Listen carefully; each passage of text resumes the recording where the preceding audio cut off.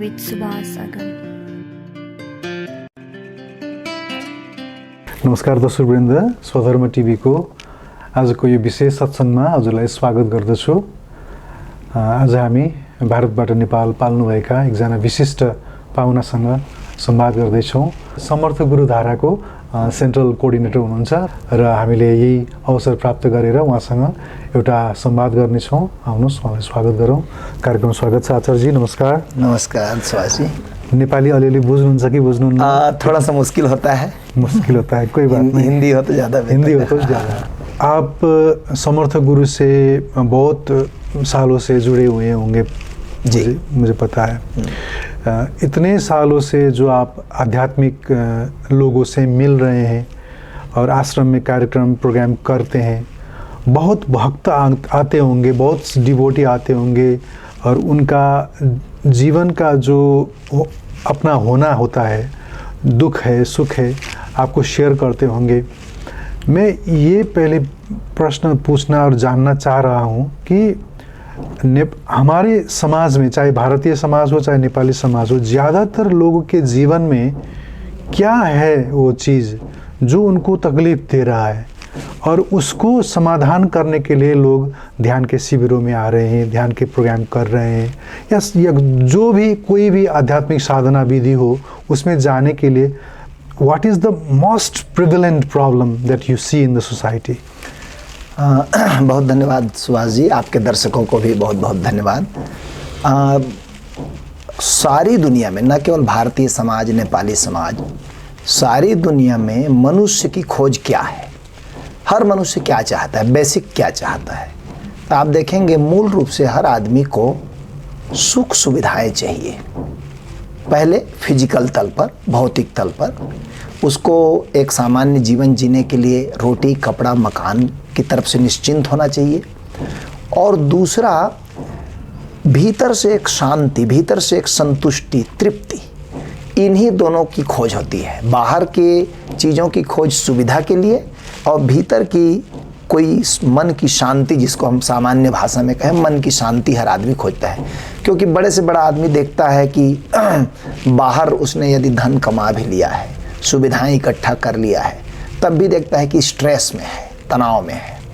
और कुछ लोगों को हमने ये भी देखा कि भीतर से तो वो शांत हैं लेकिन बाहर से असुविधाग्रस्त हैं, मिनिमम आवश्यकताएं भी उनकी पूरी नहीं हो रही, रोटी कपड़ा मकान, दैट इज आल्सो प्रॉब्लम। हाँ, ये भी एक प्रॉब्लम है। तो दोनों को यदि हम मिलाकर आज की भाषा में कहें तो इन दोनों को मिलाकर ओशो एक शब्द बोलते थे, जोरबा द बुद्धा, यानी एक कंप्लीट मनुष्य कैसा होगा, एक पूर्ण मनुष्य हम किसको कहेंगे, तो वो भौतिक दृष्टि से संपन्न भी हो, सामान्य ज़रूरतें उसकी पूरी हो, आवश्यकताएं पूरी हो और भीतर से मन उसका शांत हो। इसी की खोज में लोग आश्रमों में भी जाते हैं, इसी की खोज में लोग पद प्रतिष्ठा की दौड़ में भी लगते हैं। कोई नास्तिक भी है तो भी यही दोनों की खोज में है, वो मन की शांति और बाहर की सुविधा।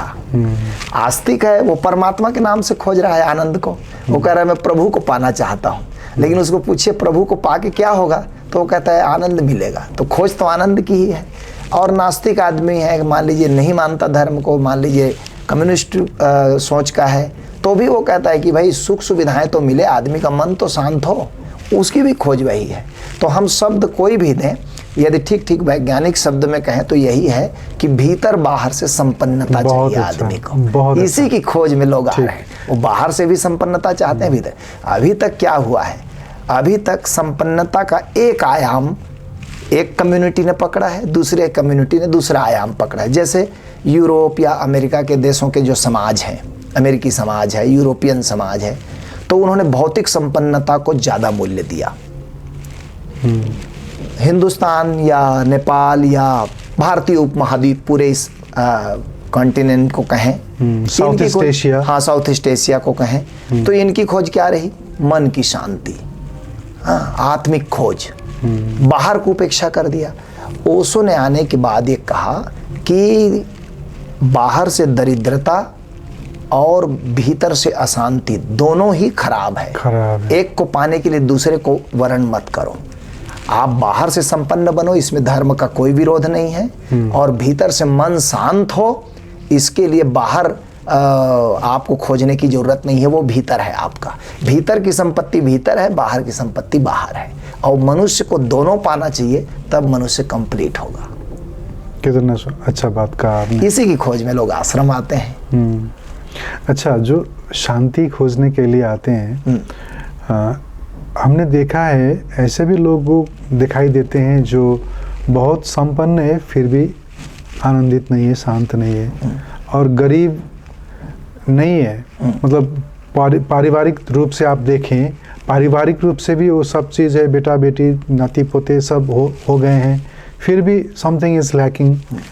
और गरीब भी हम देखते हैं, वो भी ऐसे ही आनंदित है, शांत है, कोई घर में नहीं है। हमने एक गांव में देखा था, एक माताजी रहती थी अकेले, और बेटे कहीं दूर में रहते हैं, और उनको बुलाते हैं तो कहते हैं नहीं, मुझे गांव ही प्यारा है, मैं गांव में ही रहूँगी।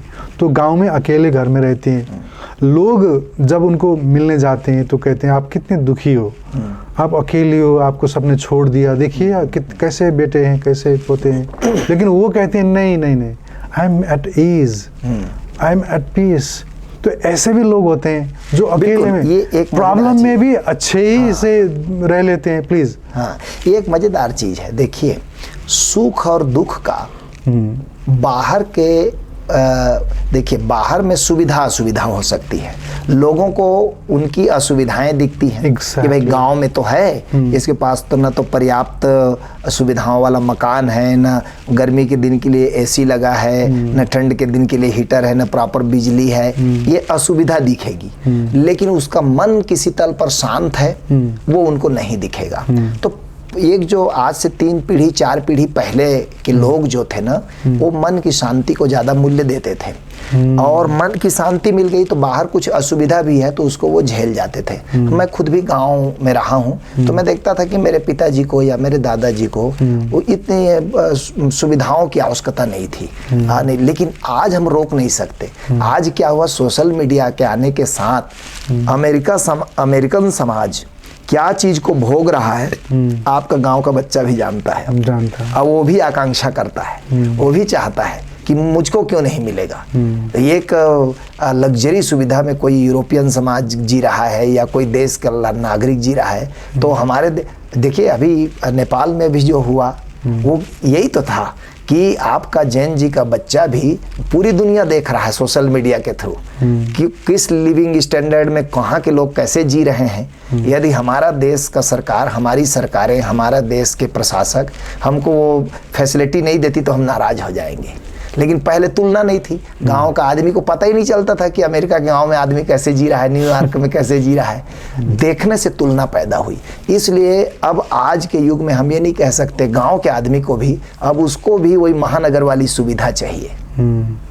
मन में आकांक्षा तो पैदा हो गई, मिले ना मिले, लेकिन आकांक्षा तो उसकी पैदा हो गई, और लीगल तरीके से पूरा नहीं होगी तो इलीगल तरीके से वो पूरा करेगा। तो इसको बाहर की सुविधाओं को ओशो भी कहते हैं, और अब हमारे गुरुदेव भी कहते हैं इस बात को कि बाहर की सुविधाओं से जब कोई व्यक्ति फुलफिलमेंट फील कर लेना, कम से कम मिनिमम रोटी, कपड़ा, मकान, बिजली, पानी, ये जो ज़रूरतें हैं मनुष्य की, ये पूरी हो जाएं, तब कोई व्यक्ति अशांत होता है, तब वो स्पिरिचुअलिटी की तरफ आएगा। इसके पहले उसको स्पिरिचुअलिटी की तरफ लाना, उसको धोखा देना है। क्योंकि हम उसको कह रहे हैं कि बाहर की सुविधाएं नहीं हुई तो क्या हुआ, तुमको आत्मा तो मिल जाएगी, लेकिन वो आत्मा बड़ी कमज़ोर होगी, वो कल किसी और लालच में आ जाएगी। अधिकांश कई बार हम लोग सुनते हैं ना कि फला साधु करप्शन में फंस गया, या पैसे का घपला कर गया, या पैसे का लालच में आ गया, तो इसका मतलब वो साधु ही नहीं था।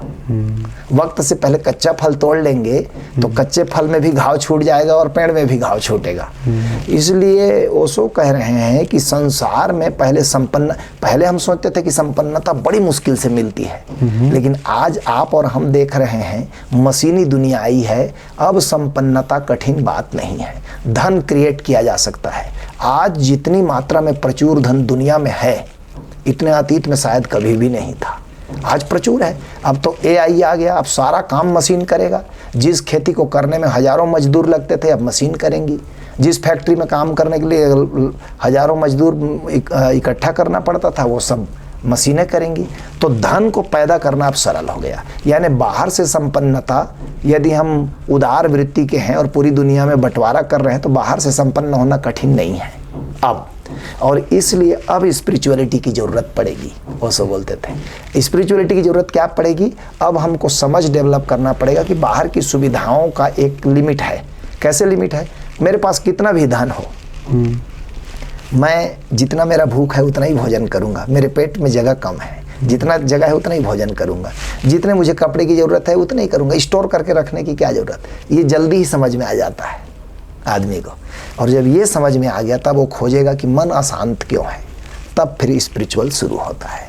तब मन अशांत क्यों है? मन अशांत इसलिए है, दो प्रश्न मनुष्य को काटते हैं बहुत। एक प्रश्न काटता है कि मैं कौन हूँ, और दूसरा जन्मने के पहले मैं कहाँ था, मरने के बाद मैं कहाँ जाऊँगा। ये हर व्यक्ति, थोड़ा भी बुद्धिमान व्यक्ति है तो भीतर कुल बुलाते रहेगा उसके, ये बातें उसको काटती रहेंगी। और जब तक इसका उत्तर उसको भीतर से नहीं मिलेगा, अपने बोध से उत्तर नहीं मिलेगा, तब तक वो अशांत रहेगा। अशांति का कारण ये है। क्यों? क्योंकि मृत्यु तो आ ही रही है। हम सब आजू बाजू में लोगों को मरते देख रहे हैं कि भाई आज कोई मेरा प्रिय चला गया, तो प्रिय तो चला गया, मैं उसको स्मशान में जला के आ गया, घर आ गया, घर में बैठूंगा तो वो विचार पैदा होगा कि कल तक ये बढ़िया था, परिवार चला रहा था, आज अचानक चला गया, ये कहाँ गया होगा। जन्मने के पहले आदमी कहाँ रहता है, मैं कौन हूँ, ये सवाल बेचैन करते हैं। और ये सवाल थोड़ा बुद्धिमत्ता पैदा होती है तभी आता है, और यहीं से स्पिरिचुअलिटी की शुरुआत होती है। यही बेसिक प्रश्न है। तो जैसे ही आप ये खोजते हैं, तो ये खोजने के लिए वास्तव में ये जब खोज पैदा होती है, तो ठीक है कि आप कहीं पूछने नहीं जाएंगे, लेकिन फिर भी कहीं ना कहीं खोजेंगे। पहले कहाँ खोजेंगे आप? किताबों में खोजेंगे। नेचुरली हमारे पास वही सुलभ है, इंटरनेट में खोजेंगे, किताबों में खोजेंगे। लेकिन इस प्रश्न के उत्तर तो सब जगह मिलेंगे नहीं, क्योंकि इसके खोजी ही बहुत कम होते हैं। फिर जब आप देखते हैं कि नहीं, कोई संत इस बात का जवाब देता है, तब आप उस संत के पास जाते हैं, फिर सुनते हैं उसको। यदि आपकी ट्यूनिंग बैठ गई तो आप वहाँ टिकते हैं। तब हम उसको, जहाँ ट्यूनिंग बैठ जाना या प्रेम हो जाना कहते हैं, तब वो आपका गुरु है। फिर गुरु के साथ जब इस दिशा में आप अंतर यात्रा, गुरु बताता है कि सारे खजाने तुम्हारे भीतर हैं, सारे प्रश्नों के उत्तर तुम्हारे भीतर हैं। और भीतर जाने का मतलब क्या होता है, भीतर जाकर कहाँ आंसर मिलता है, ये गुरु बताता है ना। तब आप कहते हो कि हाँ, अब मैं ठीक जगह आया। इसलिए ध्यान को उपलब्ध, जब हम कहते हैं ध्यान को उपलब्ध है, यानी भीतर की उस अपनी रियलिटी को जो व्यक्ति जान गया, वो भीतर से भी तृप्त हो गया। तो अब बाहर से तो पहले ही तृप्त हो गया था, भीतर से भी तृप्त हो गया। उसी को ओशो जोरबा द बुद्धा कह रहे हैं। और ये दोनों यात्रा मनुष्य के दो पंख की तरह है। जैसे पक्षी दो पंखों से उड़ता है, ऐसे ही मनुष्य इसी के लिए आया है। ये दोनों को जान लेता है, पा लेता है, तब वो तृप्त है। और इसीलिए पुराने शास्त्र कहते भी हैं कि तृप्ति ही मुक्ति है। अलग से कोई मुक्ति नहीं होती मरने के बाद। जो व्यक्ति तृप्त है बाहर भीतर से, वो मुक्त है, जीते जी मुक्त है। उसको हमारे यहाँ एक शब्द बोलते हैं, जीवन मुक्त है, यानी जीते जी मुक्त। कितना अच्छा, कितना अच्छा शब्द है। तो इकोनॉमिकली स्ट्रांग होना भी जरूरी है, मस्ट। फिर भी हम देखते हैं जैसे बुल्ले शाह, हाँ, सड़क के किनारे रहते थे, मतलब गांव में रहते थे। कागा सब तन खाइयो, मेरा चुन चुन खाइयो मांस, दोनों ना मत खाइयो। ये बात सही बोल रहे हैं। ऐसे भी तो संत थे, जुलाहा थे कबीर। देखिए ये इस बात का ओशो ने भी बहुत बढ़िया उत्तर दिया। यही सवाल रविदास भी थे ऐसे ही। ओशो से पूछा गया है सवाल कि आप क्यों ऐसा बोलते हैं कि धनी व्यक्ति ही आध्यात्म की ओर जाएगा, गरीब लोग भी तो गए हैं, कबीरदास गए हैं, रविदास गए हैं, जैसे आपने कहा बुल्ले शाह गए। तो ओशो ने कहा कि 1 लाख में एक गरीब ज्ञान को उपलब्ध हो गया तो ये नियम नहीं है। आप समझ रहे हैं? 1 लाख में एक गरीब ज्ञान को उपलब्ध हो गया, एक्सेप्शनल केस है वो। कबीर एक्स्ट्राऑर्डिनरी प्रतिभा वाले व्यक्ति हैं कि गरीबी में भी उन्होंने धन की उतनी ही जरूरत महसूस की कि कबीरा कहते साईं इतना दीजिए जामे कुटुंब समाए, मैं भी भूखा ना रहूं साधु न भूखा जाए। ये उनका इकोनॉमी था कि भाई मुझको भोजन मिले, मेरे यहाँ में गेस्ट हैं उसको मिले, और इतना ही मुझको चाहिए, इससे ज़्यादा नहीं। ये एक्स्ट्रा ऑर्डिनरी प्रतिभाशाली व्यक्ति है। ओशो का कहना है कि बहुत लोगों को धन की व्यर्थता कब मालूम पड़ती है, जब उनके पास धन आ जाता है तब। जैसे मान लीजिए मैं अपने उदाहरण दूं, मैं कॉलेज में प्रोफेसर हूं, पढ़ाता हूं। कॉलेज के प्रोफेसर की अच्छी सैलरी है, 1.5 लाख से ऊपर सैलरी है। अब ये सैलरी जब मेरे पास आया, मेरे अकाउंट में पैसा बढ़ा, 10-15 लाख रुपया हो गए मेरे अकाउंट में, तब मुझे फील हुआ कि मेरी ज़रूरतें क्या है। एक अलमारी कपड़ा रख लिया, ढेर सारे कुर्ता पजामा रख लिया, कार खरीद लिया, बाइक भी खरीद लिया, 3 BHK मकान में रहने लगा। अब क्या करूं पैसे का? अब या तो अब उस पैसे का, अब तो या तो सामान को स्टोर करना शुरू करूं, जो कि मूर्खता है, उसका कोई अर्थ नहीं दिखता मुझको कि भाई आप एक बार में जितनी ज़रूरत है। मैं देखा कि मेरे पास 10 स्वेटर हैं, लेकिन साल जब ठंड आती है तो मैं केवल 3 स्वेटर का उपयोग करता हूँ, 7 तो ऐसे ही पड़े रहते हैं। हाँ, बिल्कुल। 2 साल से नहीं खुले। हर एक की कहानी हर एक की कहानी है कि भाई मेरे पास 20 कुर्ता पजामा है, अब मैं पहन कितना रहा हूँ, तो मुश्किल से जो मेरे पसंदीदा 5-7 हैं उन्हीं को रोटेट कर रहा हूँ, अब बाकी पड़े होगा। अब कह रहा हूँ कि मेरे पास है, लेकिन स्टोर करके रखने का फ़ायदा क्या हुआ? फिर अच्छा एक चीज़ ये भी गड़बड़ है कि मान लीजिए आज आपने कोई चीज़ खरीदा, स्टोर कर रखा, 2 साल बाद वो आउट ऑफ फैशन हो गया, तो अब आप उसको ना तो फेंकते बन रहा है, ना देते बन रहा है, ना पहनते बन रहा है। तो एक समझ जल्दी आ गई कि धन की एक उपयोगिता है एक निश्चित सीमा तक। हाँ, धन का उपयोग फिर दूसरी तरह से हम लोग बोलते हैं कि जब आपके पास बहुत हो तब आप धर्म कर सकते हो। धर्म कैसे कर सकते हो? धर्म का अर्थ हिंदू धर्म में परोपकार होता है। गोस्वामी जी ने लिखा है रामायण में, तुलसीदास जी ने, परहित सरिस धर्म नहीं भाई, दूसरे के हित करने के समान कोई धर्म नहीं। तो जब आपके पास ओवरफ्लो मनी हो तो आप क्या करेंगे? अब परोपकार करेंगे, यही धर्म है।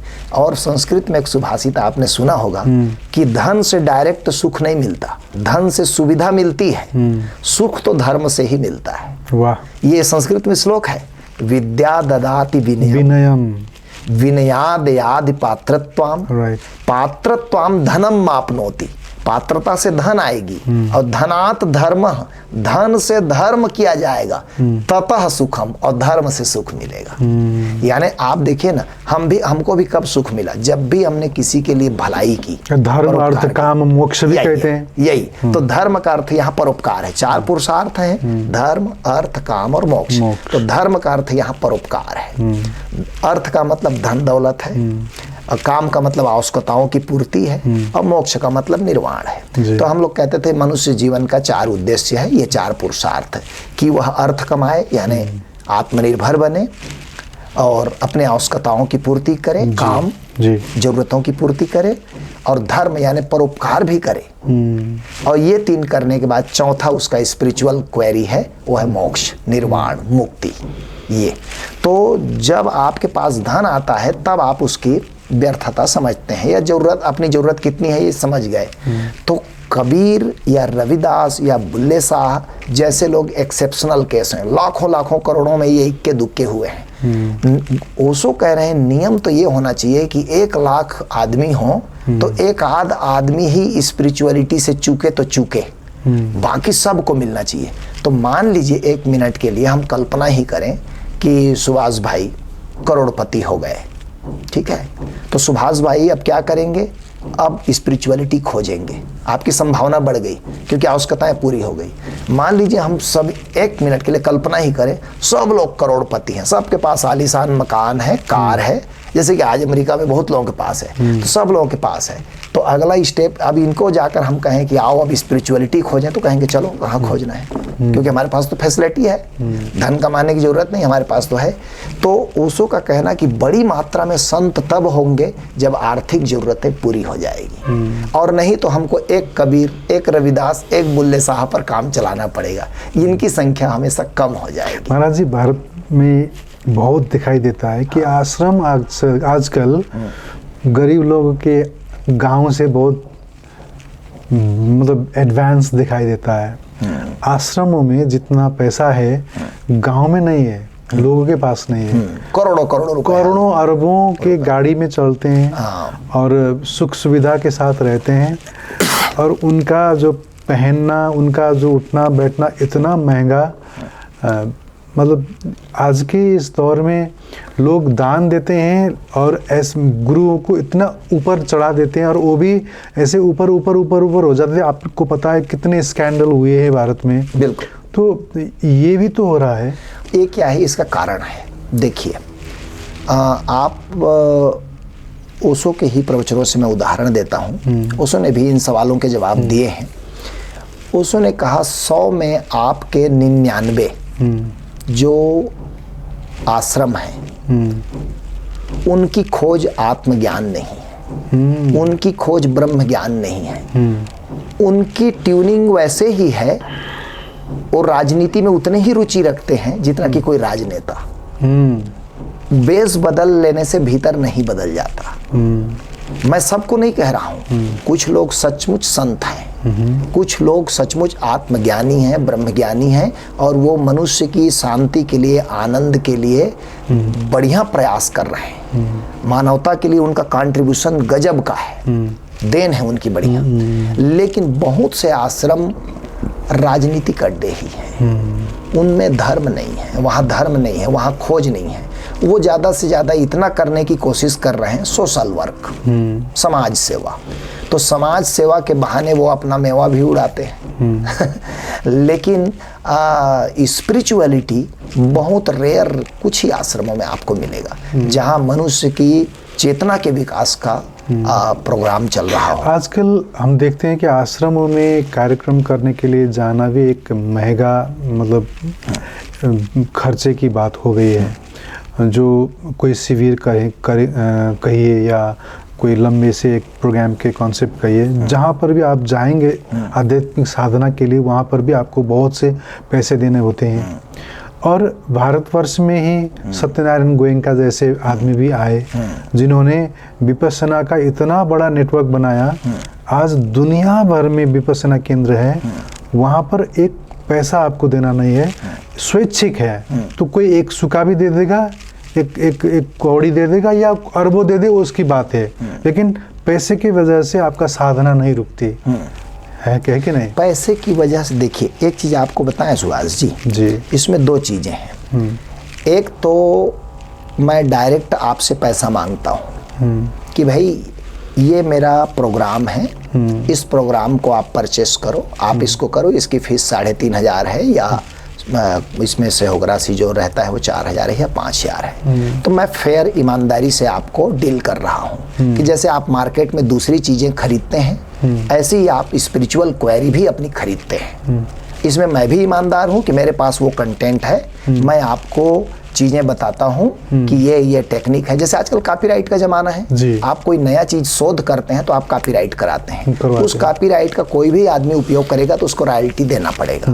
हम लोग देते हैं, हम इंटरनेट खरीदते हैं, हम मोबाइल खरीदते हैं, हम भौतिक सुविधाएं सब खरीदते हैं। मेरा एक ही सवाल रहता है लोगों से कि धर्म को भी क्यों नहीं खरीदो आप, उसको भी खरीदो और उसमें भी अपने कीमत वसूलो।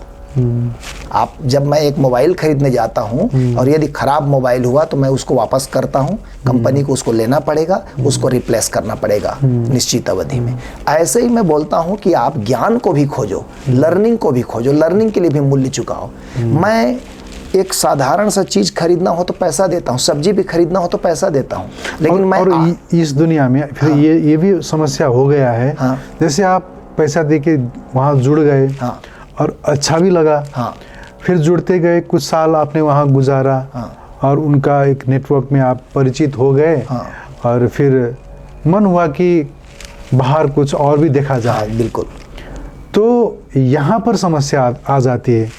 जैसे आप तो हमारे थे, आप वहाँ किधर गए और आप उधर चल रहे हो, ये नैरो माइंड है। ये भी तो आज बहुत से आश्रम में ऐसा भी हो रहा है। वही हम कह रहे हैं, ये नैरो माइंड है। और जो सच्चा गुरु होगा वो कभी नहीं कहेगा कि तुम मेरे पास रहो। ये तुमने तो संसार से उसको छुड़ाया लेकिन नया बंधन में बांध दिया। बिल्कुल नया बंधन। हम तो कहते हैं कि पूरी आजादी। आप मेरे पास जो विद्या है, हमारे गुरुदेव का साफ निर्देश है कि हमारे पास जो है आप उसको सीखो, उसके बाद आप स्वतंत्र हो, हर जगह जाने के लिए स्वतंत्र हो, कोई बंधन नहीं है। गुरु और शिष्य का नाता प्रेम का होता है, ये कोई शादी ब्याह जैसा बंधन नहीं है कि आप एक बार साथ भावरे ले लिए तो अब आप कहीं नहीं जा सकते। ये तो प्रेम का नाता है। प्रेम में जब तक आप और हम हैं साथ साथ चलेंगे, जिस दिन ट्यूनिंग नहीं बैठी बाय बाय, ये होना चाहिए। और धर्म यदि उदार नहीं होगा तो और किससे आप उदारता की अपेक्षा करेंगे। लेकिन गुरुडम को भी गुरुओं ने भी कई जगह इसको बंधन बना दी है। जो गुरु नहीं है वो तो बंधन बनाएगा, क्योंकि उसको लगता है मेरा ग्राहक चला जाएगा। लेकिन जो सच्चा गुरु होगा उसको ग्राहक नहीं मानेगा, वो तो उसको उसके भीतर परमात्मा ही दिख रहा है, उसको ग्राहक क्यों मानेगा। उसको तो कहेगा मेरे पास जो चीज है आप सीखो। भगवान बुद्ध घर छोड़े कितने गुरुओं के पास गए, गुरु लोग कहते थे, उसमें बड़ा उदार थे, कहते थे मैं जो जानता हूँ मैंने आपको सिखाया, बिल्कुल इससे ज्यादा मैं नहीं जानता। हाँ। बुद्ध आगे जाते थे, उन्होंने किसी गुरु को गाली नहीं दिया, उन्होंने सारे गुरुओं को कहा कि हाँ ठीक, ये हमने वहां सीखा, ये हमने वहां सीखा, ये हमने वहां सीखा।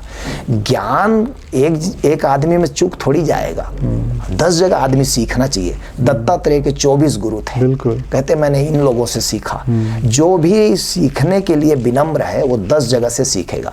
और जो गुरु कहता है कि तुम मेरे पास ही रहो, वो गुरु नकली गुरु है।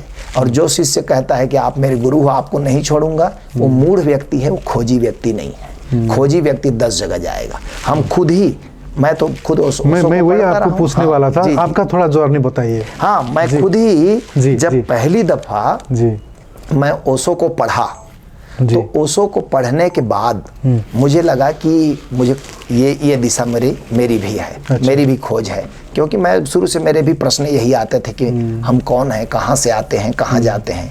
तो शुरुआत में तो परिवार के संस्कार बस हम लोग। आपका जन्म कहाँ पर हुआ? मैं छत्तीसगढ़ में जन्मा। अच्छा। छत्तीसगढ़ भारत का मध्य का प्रांत है, वहाँ एक छोटे से गांव में पैदा हुआ। मेरे पिताजी बिल्कुल सामान्य छोटे से किसान। गांव का नाम भी बता दीजिए। सेरो करके गांव है जहाँ पर आप जन्मे। अब छोटा कैसे रहेगा? नहीं, ये तो मैं बिल्कुल सामान्य वैसे ही व्यक्ति हूँ जैसे सब लोग होते हैं, कुछ भी विशिष्टता नहीं। लेकिन हाँ, गुरु की कृपा से मेरे जो वहाँ पर कुछ मतलब इर्द गिर्द में कोई बड़ा सा धाम ऐसा कोई है? हाँ, अभी आपने एक बड़े उनका नाम सुना होगा, सत्यनारायण बाबा करके एक नाम है। अच्छा। जो 1998 से जब वो 13 साल की उम्र के थे, 5वीं कक्षा में पढ़ते थे, तब वो जाकर एक खेत के मेड़ पर बैठ गए। तब से आज तक वो वहीं बैठे हैं। अभी भी जिंदा है? 26 साल। हाँ, ओ माय, 26 साल। यूट्यूब में आप सत्यनारायण बाबा खोजिएगा, आपको अच्छा। मिल जाएगा। अभी भी 26-27 साल हो गए वहीं बैठे हैं, और खाना वाना नहीं खाते, और पानी कभी शायद लेते होंगे, मुझे उतना पता नहीं है। लेकिन बहुत बड़े भोजन नहीं करते, फिर भोजन नहीं करते, तो भी जिंदा है। हाँ बिल्कुल, जैसे पेड़ पौधे जीवित होते हैं ऐसे वो जीवित है। रात को 1 बजे वो आँख खोलते हैं, और 1 बजे से लेकर 4-5 बजे तक वो लोगों से मिलते जुलते बातचीत नहीं करते, इशारों से बात करते हैं, वाणी में नहीं बोलते, इशारों से बोलते हैं। लोग उनके पास बर्थडे सेलिब्रेशन करने और वो सब करने आते हैं। आसपास के लोग, श्रद्धालु लोग आते हैं उनसे आशीर्वाद लेने। अभी सारे चीफ मिनिस्टर, बड़े बड़े राजनेता भी जाते हैं, वो सबके लिए एक जैसे उपलब्ध हैं। उनके लिए ना कोई बड़ा है ना छोटा है। और अभी अब समझ लीजिए 1998 में वो 13 साल के थे, और अभी अब 26 साल से बैठे हैं, तो उम्र भी कोई बहुत ज़्यादा नहीं है, युवा हैं।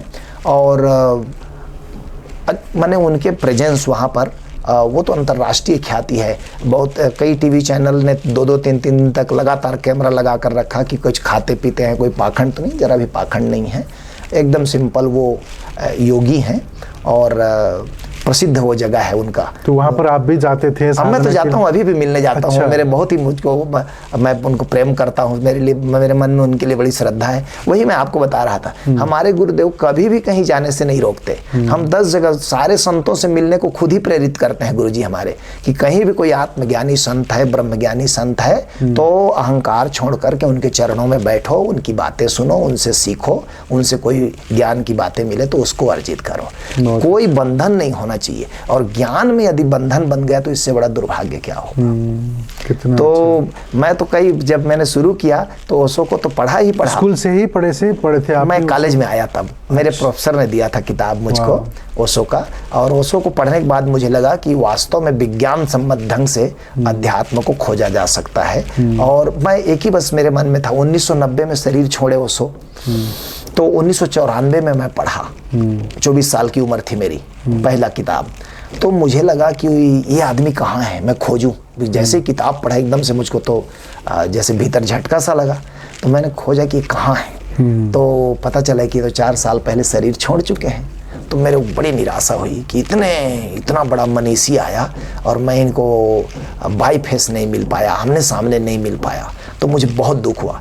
फिर मैं पता करने लगा कि शिविर कहाँ होता है। तो मेरे प्रोफेसर जो मुझको किताब दिए थे, उन्होंने कहा कि तुम अभी तुरंत मत जाओ, तुम्हारा पहले कैरियर की चिंता करो, क्योंकि बिना पैसे के तुम कहीं भी जाओगे तो वही, बिना पैसे का तो सब शून्य है भाई, फ्री में तो कोई चीज़ मिलता नहीं है। तो बोले तुम पहले क्वालिफिकेशन पूरा कर लो, कॉलेज का प्रोफेसर बनना है, मैंने उनको कहा था।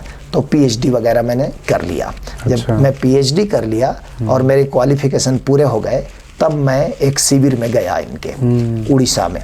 तो वहाँ ओशो के जो सन्यासी थे आनंद स्वभाव जी, वो आए हुए थे। उनके पास मैंने सन्यास दीक्षा, माला दीक्षा ली और वहाँ ध्यान सीखा। फिर अलग अलग आचार्य थे पुणे के, आनंद वैराग्य जी थे, अभी चैतन्य कीर्ति जी हैं, नरेंद्र बोधिसत्व जी थे, और ये माँ अमृत साधना हैं, आनंद स्वभाव हैं। अलग अलग इन सब के पास मैं जाकर के शिविर करता था 4 साल तक, 2001 से 2004 तक। फिर 2004 में समर्थ गुरु का मुझे पता चला। तो उस समय हिमाचल में कहीं पर शिविर चल रहा था, तो फिर मैं वहाँ गया तो समर्थ गुरु से जब मैं शिविर किया और उन्होंने कहा कि धर्म की खोज ओंकार की खोज है, तब मैं भीतर हिल गया। क्योंकि ओशो जगह जगह ओंकार की बात तो करते हैं, अनाहत नाद की बात करते हैं, लेकिन ये क्या है मुझे पता नहीं था, किताब पढ़ के पता चलता नहीं था। जब समर्थ गुरु ने मुझे दीक्षा दिया और नाद का श्रवण करवाया और परिचय कराया कि ये ओंकार है और यही ब्रह्म है, नाद ही ब्रह्म है और इससे जुड़कर जियो तो जीवन सफल है, तो मुझे लगा जैसे मैं घर आ गया। इतना भटकन मेरा सार्थक हुआ, सब जगह जो मैं खोज रहा था वो सार्थक आज हुआ। तो उन सब के लिए मेरा धन्यवाद, क्योंकि किसी ने मुझे ध्यान सिखाया, किसी ने मुझे प्रेम सिखाया, किसी ने मुझे कुछ और सिखाया, लेकिन ब्रह्म से जुड़ने की विधि समर्थ गुरु ने सिखाई। तो जैसे ही ओंकार मिला तो भीतर से तो मेरी आवाज़ आ गई कि तुम बिल्कुल ठीक जगह हो, अब तुम जहाँ जाना चाहिए था तुम आ गए। और तब से 2004 से फिर गुरुजी से जुड़ा।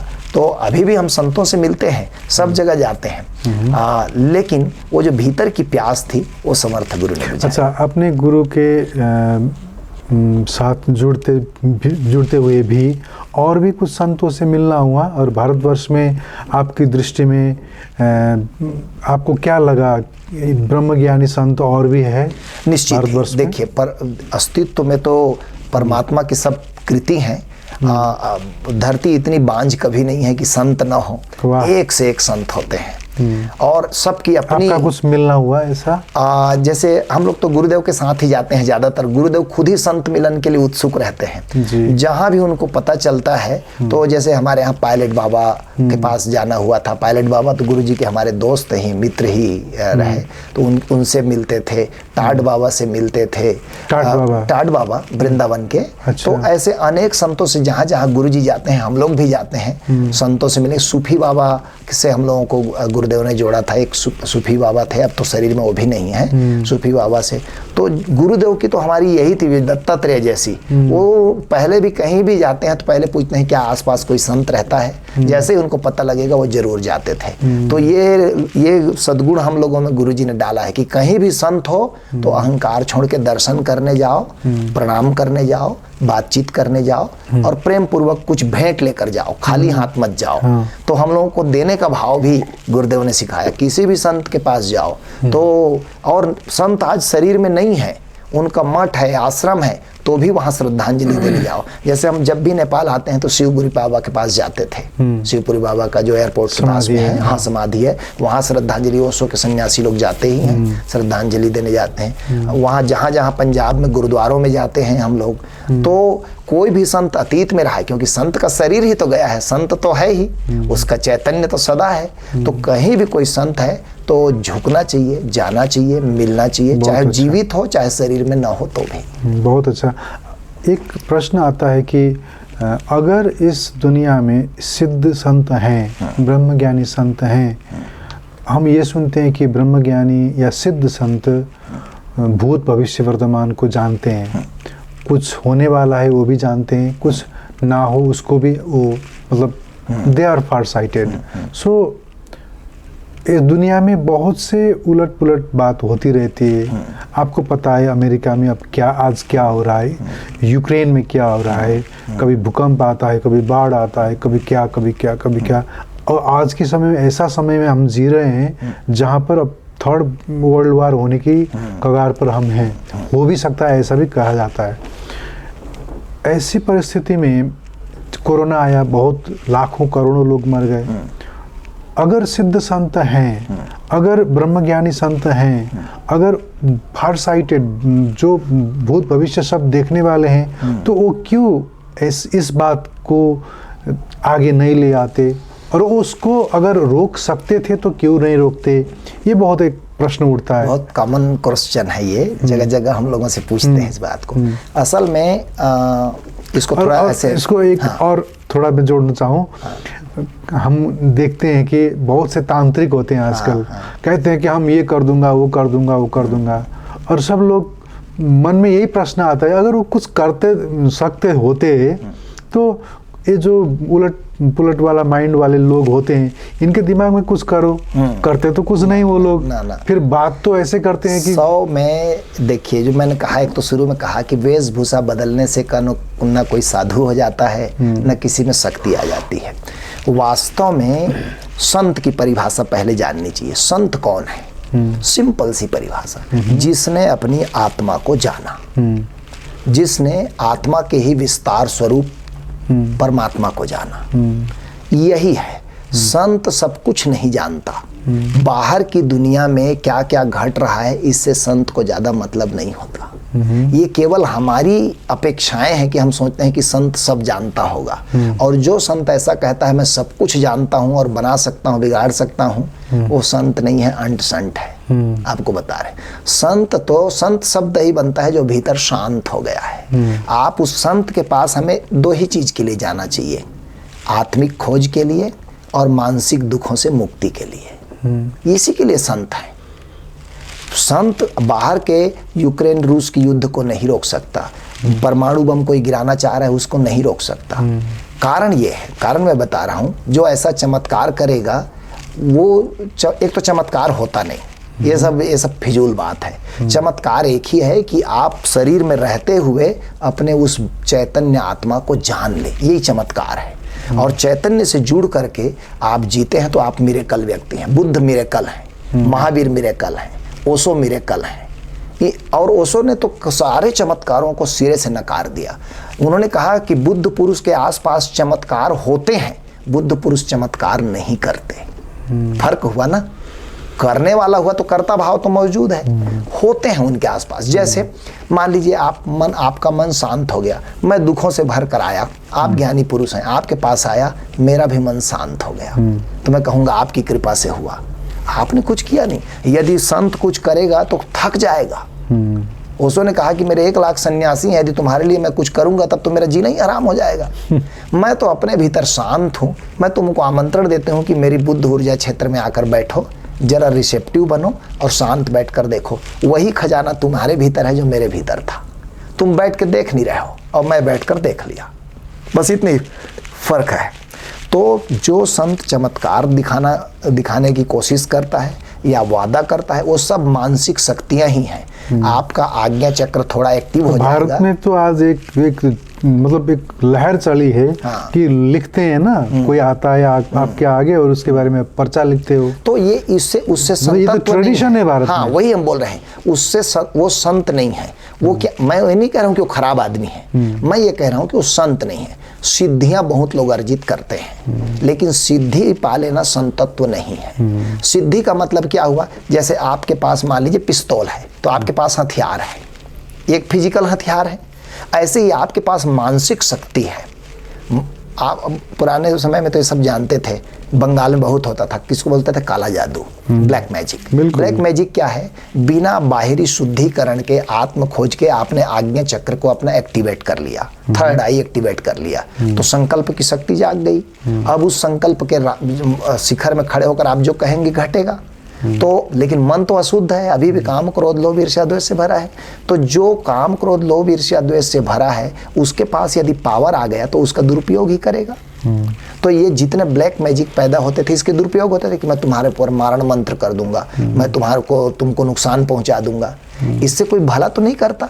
जितने चमत्कार दिखाने वाले हो क्या कर रहे हैं, किसी बीमार का इलाज कर रहे हैं, मानसिक रोग का इलाज कर रहे हैं। तो अच्छे आदमी है, भले आदमी है, ठीक है इलाज करो, लेकिन उससे संतत्व का कोई रिश्ता नहीं है। संतत्व की जो मैंने परिभाषा बताई वो बिल्कुल वही है, जो आत्मज्ञानी है, ब्रह्मज्ञानी है, वही संत है।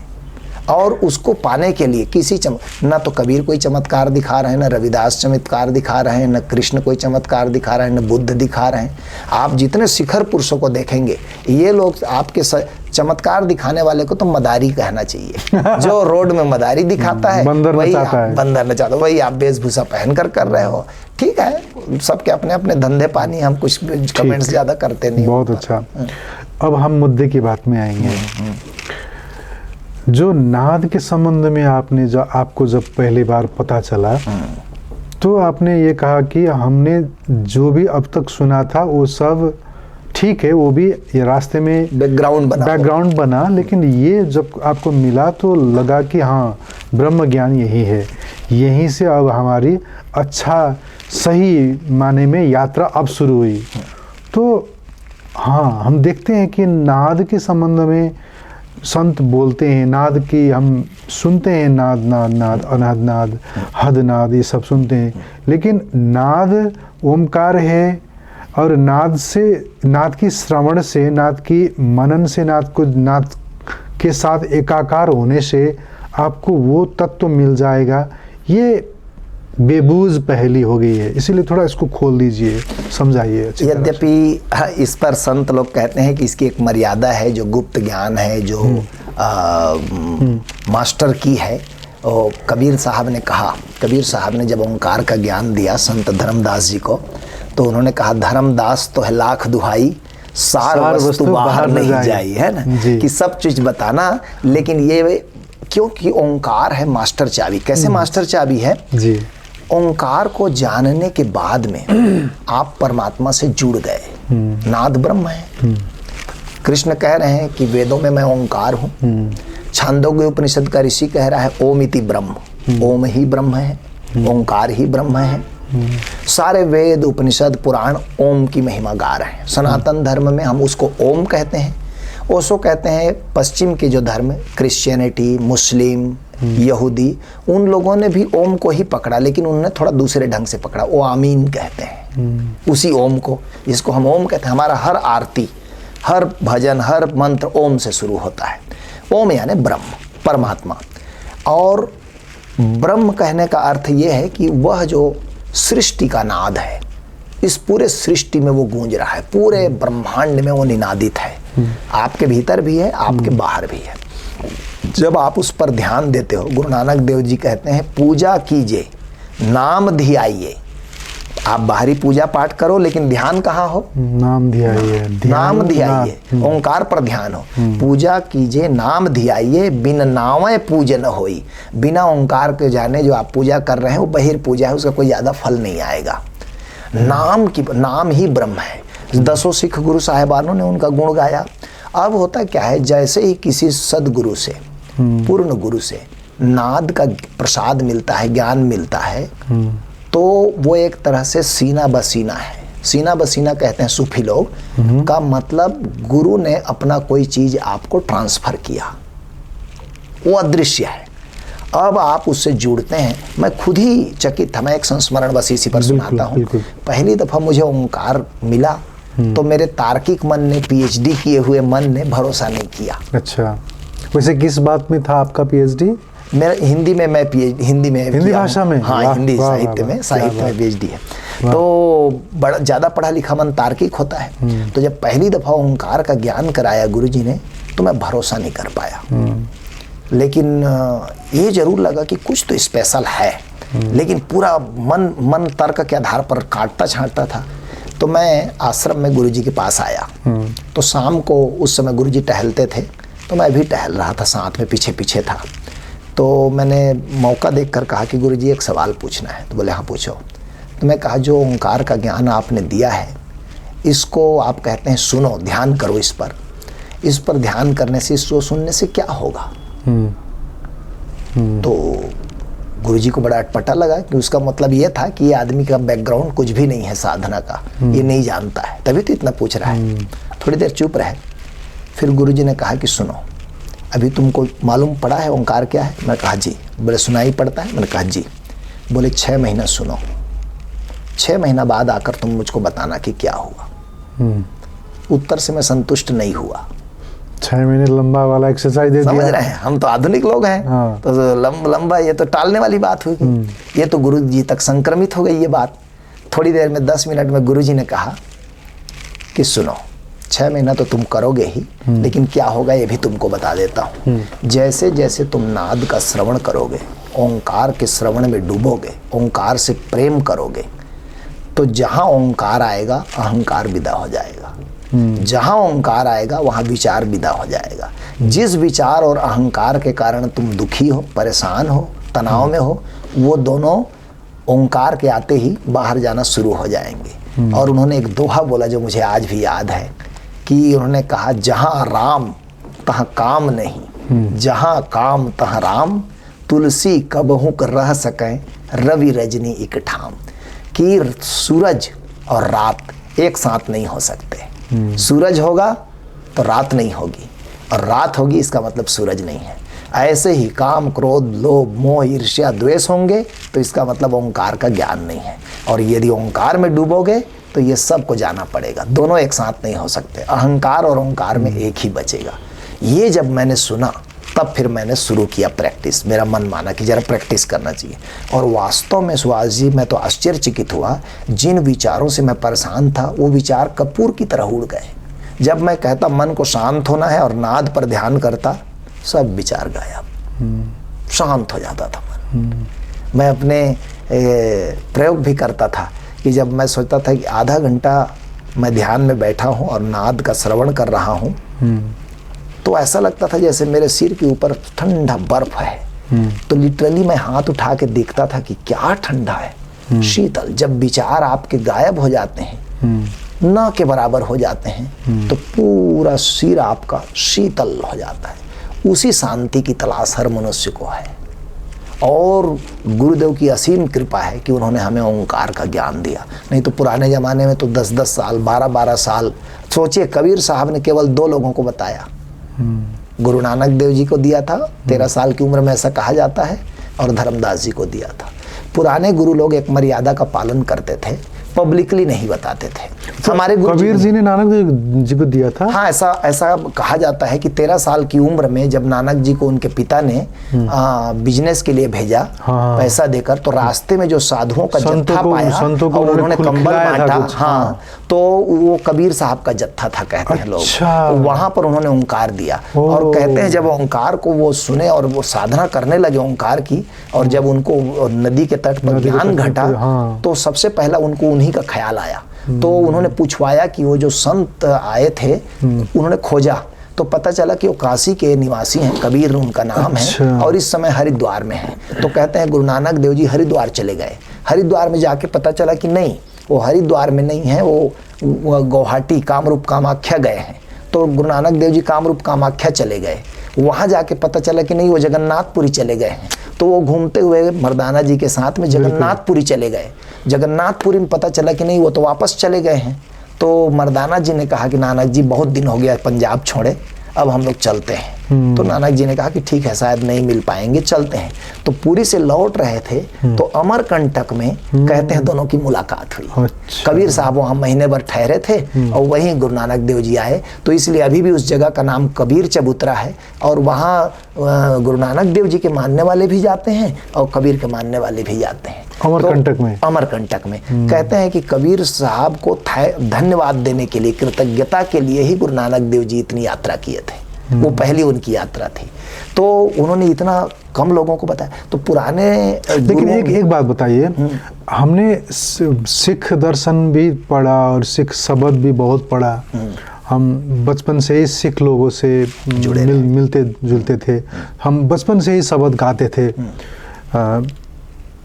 वहाँ पर नाम शब्द ज़्यादा होता है और नानक नाम बोलते हैं ज़्यादातर। और सिख लोग नानक नाम से ही जुड़े हुए थे। उनके लिए नाम मतलब नानक नाम। बाद में गड़बड़ हो जाता है, वही तो हम कह रहे हैं। सुनिए, गुरु नानक देव जी ने जब ज्ञान उपलब्ध हुआ और नदी कहते हैं ना, एक संग गीत है ना, नानक नाम जहाज है जो चढ़े सो उतरे पार। अब इसमें नानक नाम समझेगा कि नानक जो नाम है वही जहाज है। तब तो फिर नानक जी वो भी कहेंगे कि नहीं, तब तो फिर दिक्कत हो जाएगी। फिर नानक जी के पहले कोई जहाज थी कि नहीं? फिर नानक जी के पहले कोई लोग मुक्त हुए कि नहीं? हजारों ऋषि मुक्त हुए हैं। नहीं, तो नाम का अर्थ बता रहा हूं, ओंकार ही है, नादी है, ऐसा कहीं भी कैसे समझे? ये देखिए, ओंकार को अनेक अनेक संतों ने अनेक अनेक नाम दिया है। जैसे इसको हम कह रहे हैं, मैं कहता हूँ अपनी भाषा में पानी। आप नेपाल में क्या बोलते हैं? पानी, पानी जल बोलते हैं। कोई वाटर बोलता है। तत्व एक है, नाम कई हो सकते हैं। उस भीतर के जब ओंकार सुनाई पड़ता है तो किसी ने उसको ओंकार कहा, बौद्धों ने और जैनों ने उसको ओम कहा। उसको ओम कहा।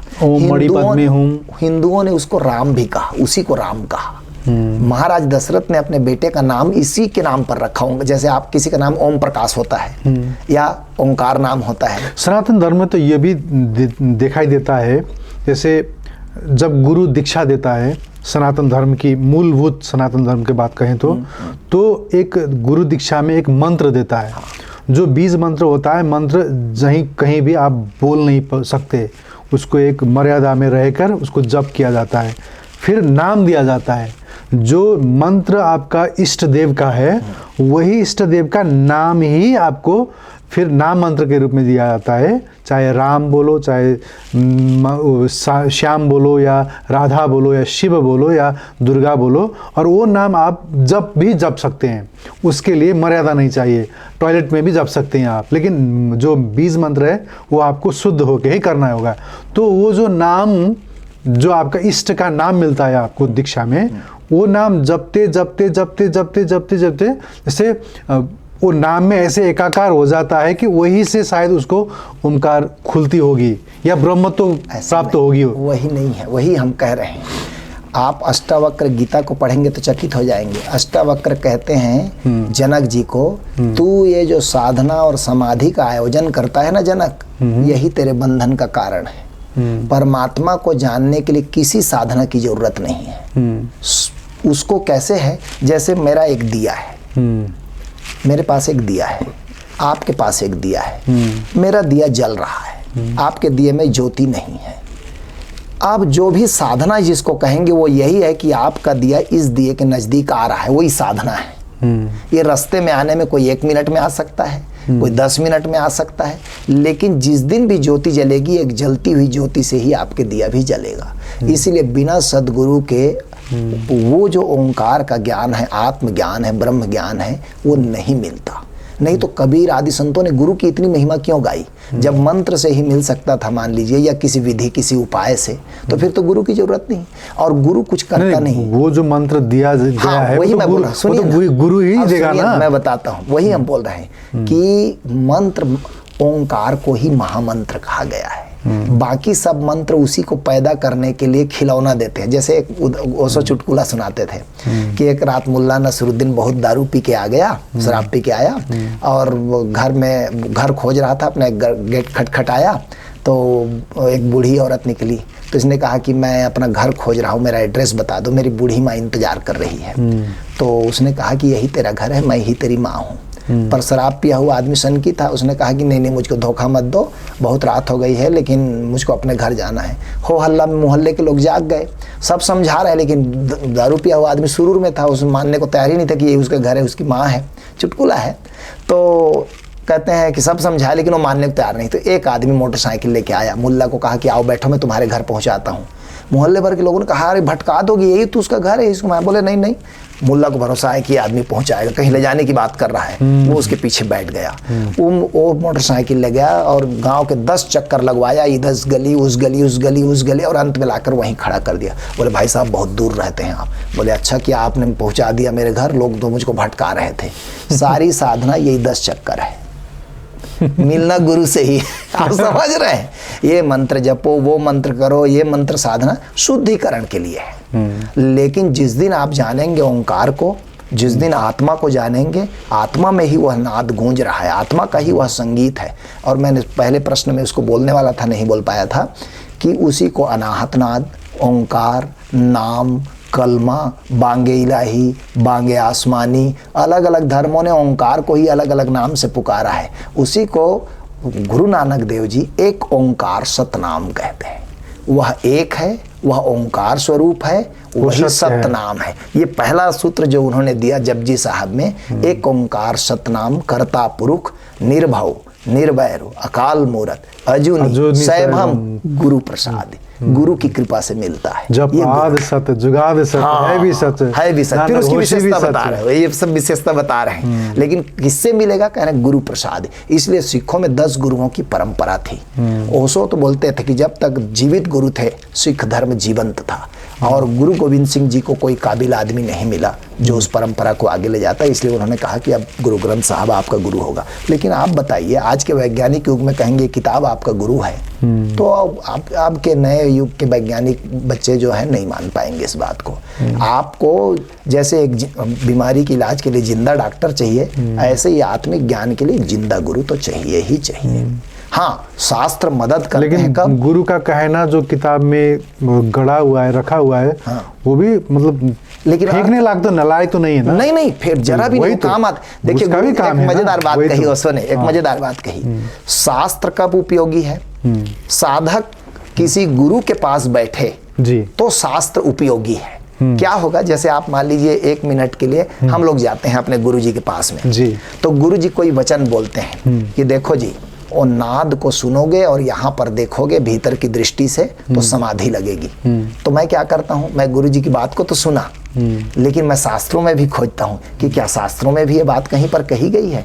जैसे हमने ओंकार के बारे में गुरु जी को पहली बार जब हमको ओंकार का ज्ञान हुआ तो गुरु जी ने कहा ये ओंकार है। तो अब हम शास्त्रों में खोजने लगे कि ओशो ने क्या कहा है, कबीर ने क्या कहा है, नानक ने क्या कहा है, पलटू दास जी ने क्या कहा है। और जब देखा सब जगह एक ही चीज की तरफ इशारा है, तब लगा हाँ गुरु जी ठीक जगह कह रहे हैं। तो शास्त्र किसी सदगुरु के चरणों में बैठकर पढ़ेंगे तो उसकी सार्थकता है। अकेले पढ़िएगा तो अर्थ तो आप ही ना करिएगा, आप अपने मन से अर्थ करेंगे, वो उसका वास्तविक अर्थ नहीं होगा। हाँ, कोई गुरु बताएगा, जब मैं अपने गुरु जी के पास कोई गलत अर्थ करूं तो गुरु जी टोक देंगे अपने अनुभव के आधार पर, वो कहेंगे ये अर्थ नहीं है, मैं अपने अनुभव के आधार पर जानता हूँ ये है। जैसे हमारे गुरु जी को ही हम लोग बोलते थे कि गुरु जी ने कहा निर्वाण का अर्थ क्या है, तो हम लोग बोलते निर्वाण का अर्थ दिए का बुझ जाना। अब उसमें जगह जगह पढ़े हैं हम, निर्वाण का अर्थ दिए का बुझ जाना, निर्वाण का अर्थ दिए का बुझ जाना। गुरुदेव ने कहा नहीं, निर्वाण का अनुभव है अखंड परमानंद अस्तित्व का अनुभव निर्वाण है। वो तो अनुभव से बोल रहे हैं। तो जो अनुभवी संत होगा ना, उसी के पास साधना होगी और उसी के, इसका कोई बना बुनाया खांचा नहीं है। कोई गुरु किस माध्यम से सिखाएगा कह नहीं सकते। एक बहुत संवेदनशील बात आपको पूछना चाहूँगा जी। हम देखते हैं कि जैसे आपका जो आश्रम संस्था है, इसमें पहले ही कार्यक्रम में, पहले ही तल में ओमकार का नाद का दीक्षा मिल जाता है, और उसके बाद एक के बाद और एक के बाद और एक के बाद और प्रोग्राम होते जाते हैं और बरसों तक लोग साधना करते ही रहते हैं। अगर नाद से उनको प्राप्त हो जाता होता तो इतने सब लंबे मतलब प्रोग्राम करने की जरूरी क्यों? खोज तो ठीक बोल रहे हैं, पहले तल पे पूरा हो जाता है। आपने ओंकार को पहले तल में नाद से जुड़ जाता है, इसीलिए पहले ही तल पर देते हैं। हाँ। नाद जान लिए, लेकिन आपको मालूम है नाद की साधना, यदि कोई व्यक्ति नाद को सुन ले बिना, कई लोग किताब पढ़ के भी जान जाते हैं, इशारा पकड़ लेते हैं कहीं से, छुप के सुन लिया, देख लिया, कर लिया, किताबों से जान लिया, लेकिन वह व्यक्ति नाद की साधना कैसे करेगा उसे नहीं मालूम।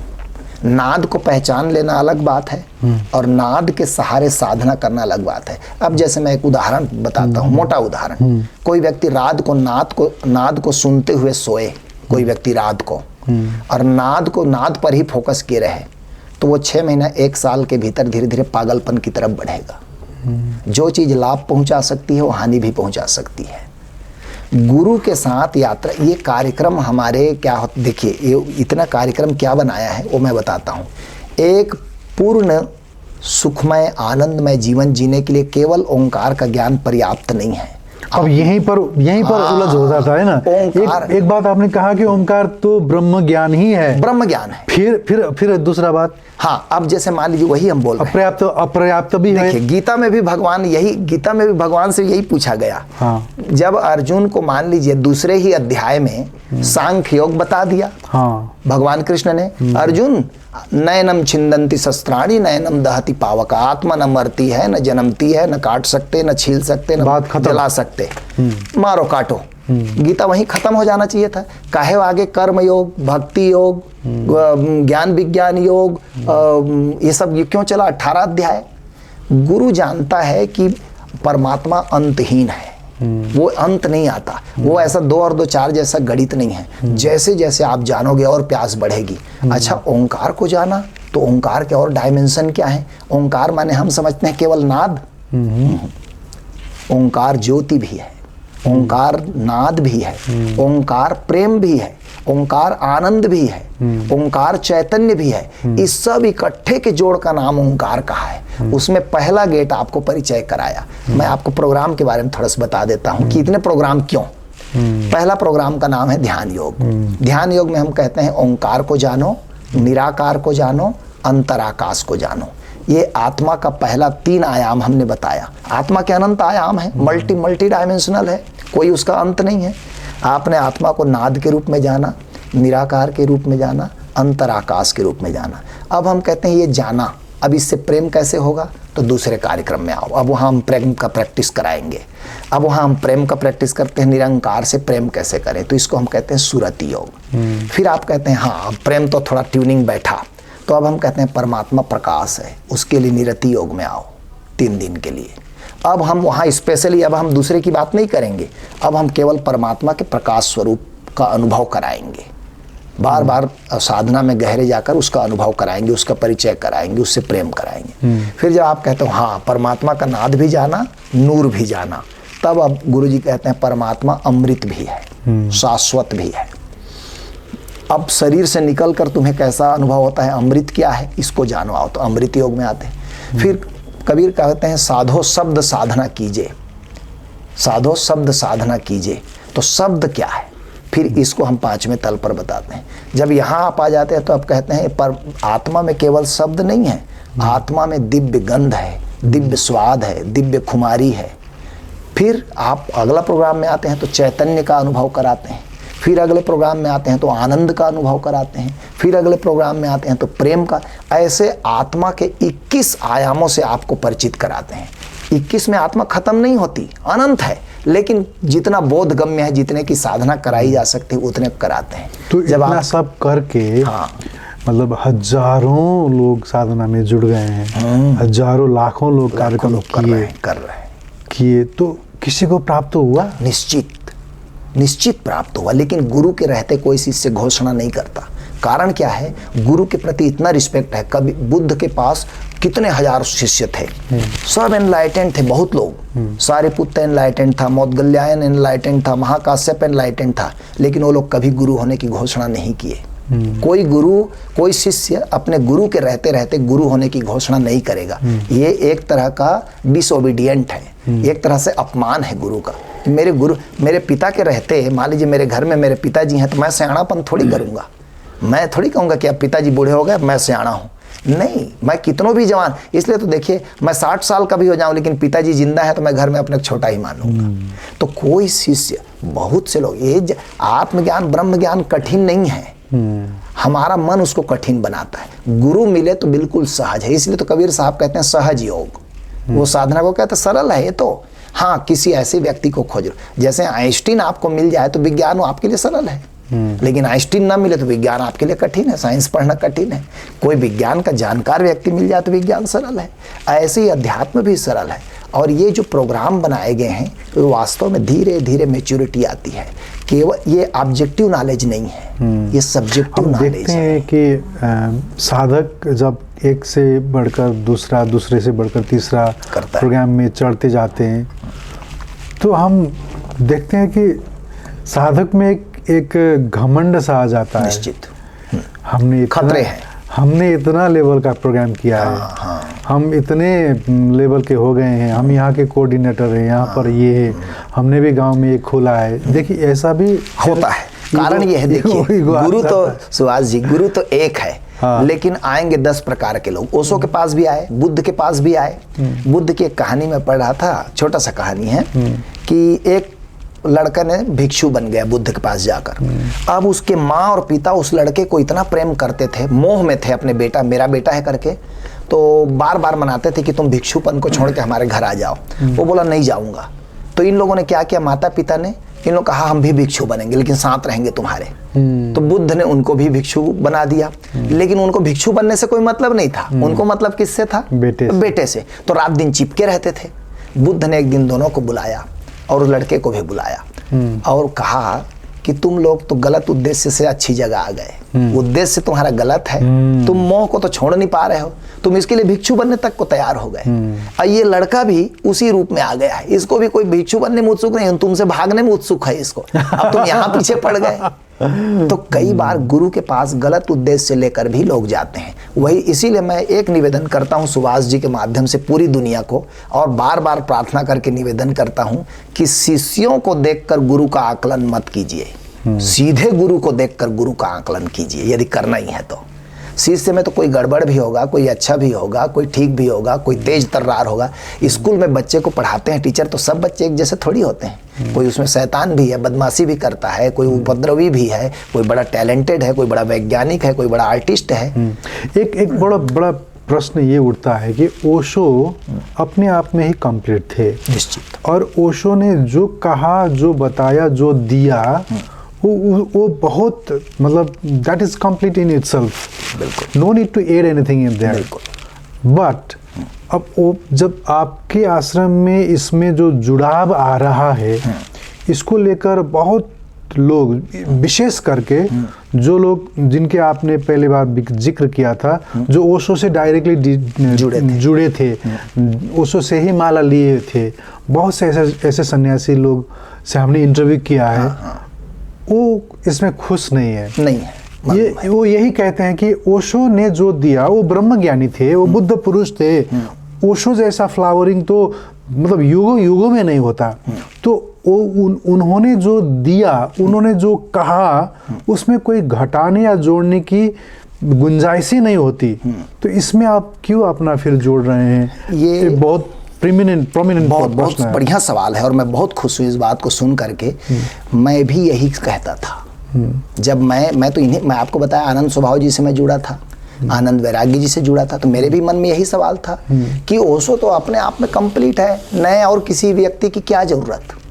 लेकिन मैं आपको बताऊं, जब मैं शुरू में आया तो मैं यही सोच कर आया था कि मैं जब देखूंगा कि कुछ सार नहीं है तो मैं छोड़ के आ जाऊंगा, दूसरी जगह जाऊंगा, दूसरे अपने साधना करूंगा। लेकिन देखिए, आलोचना करने का अधिकार किसको होता है? सुभाष जी बताइए।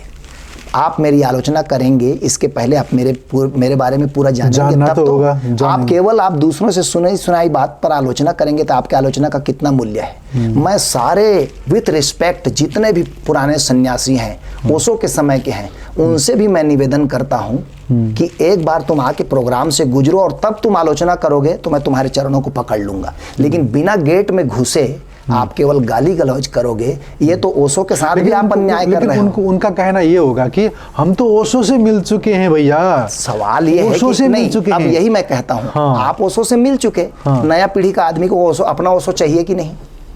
आप मेरी बात सुनिए, आइंस्टीन हो चुका, तो क्या आइंस्टीन के साथ विज्ञान खत्म हो चुका? आइंस्टीन के बाद जो लोग आए, नया आविष्कार किए कि नहीं? देखिए, विज्ञान जगत में ये बात लिबरल है। वो कहते हैं एक वैज्ञानिक आता है तो पहला मोबाइल जिस व्यक्ति ने बनाया था और आज जो मोबाइल है, कितना जमीन आसमान का अंतर है। पहला कंप्यूटर बनाया तो पूरे कमरे में कंप्यूटर था, वो भी वैज्ञानिक था, उसने बढ़िया नया चीज आविष्कार किया। लेकिन विज्ञान में ये होता है कि हर एक नया साइंटिस्ट आता है, वो पुराने वाले को और गलत प्रूव करके नया कुछ दे के जाता है, जोड़ता है, नहीं करता, जोड़ता है उसमें। देखिए, साइकिल न बनी होती तो हवाई जहाज मेडिसिन में देखें तो हर एक मेडिसिन को नया मेडिसिन गलत ही प्रूव करके आगे जाता है। ये दिखा देता है, देखो उसमें ये साइड इफेक्ट्स थे, कमी थे, इसलिए अब वो फॉल्ट हो गया है, इसको अब बेचना भी इलीगल है। कमी एक चीज मैं पूछा, एक जगह मैं गया था तो यही सवाल मुझे पूछा गया कि ओशो के बाद दूसरा क्यों। तो मैं ये पूछा ओशो किस लिए प्रवचन कर रहे थे। भाई ओशो चाहते थे कि लोग एनलाइटेंड हों। तो मैं तो उन लोगों से पूछता हूँ कि क्या आप किसी को एनलाइटेंड मानते हो ओशो जगत में? कोई आपके नज़र में एनलाइटेंड है? एक जगह 2 सन्यासी मुझको मिले थे, बिहार की बात है, तो उन्होंने कहा कि आपके गुरु तो फॉल्स करते हैं। तो मैंने कहा ठीक, वो एनलाइटेंड नहीं है, चलो आपके कहने की बात मैं मान लिया। आप ओशो जगत में किसी को एनलाइटेंड मानते हैं? उन्होंने कहा एक भी नहीं है। तो मैं कहा आप फिर ध्यान व्यर्थ ही कर रहे हो।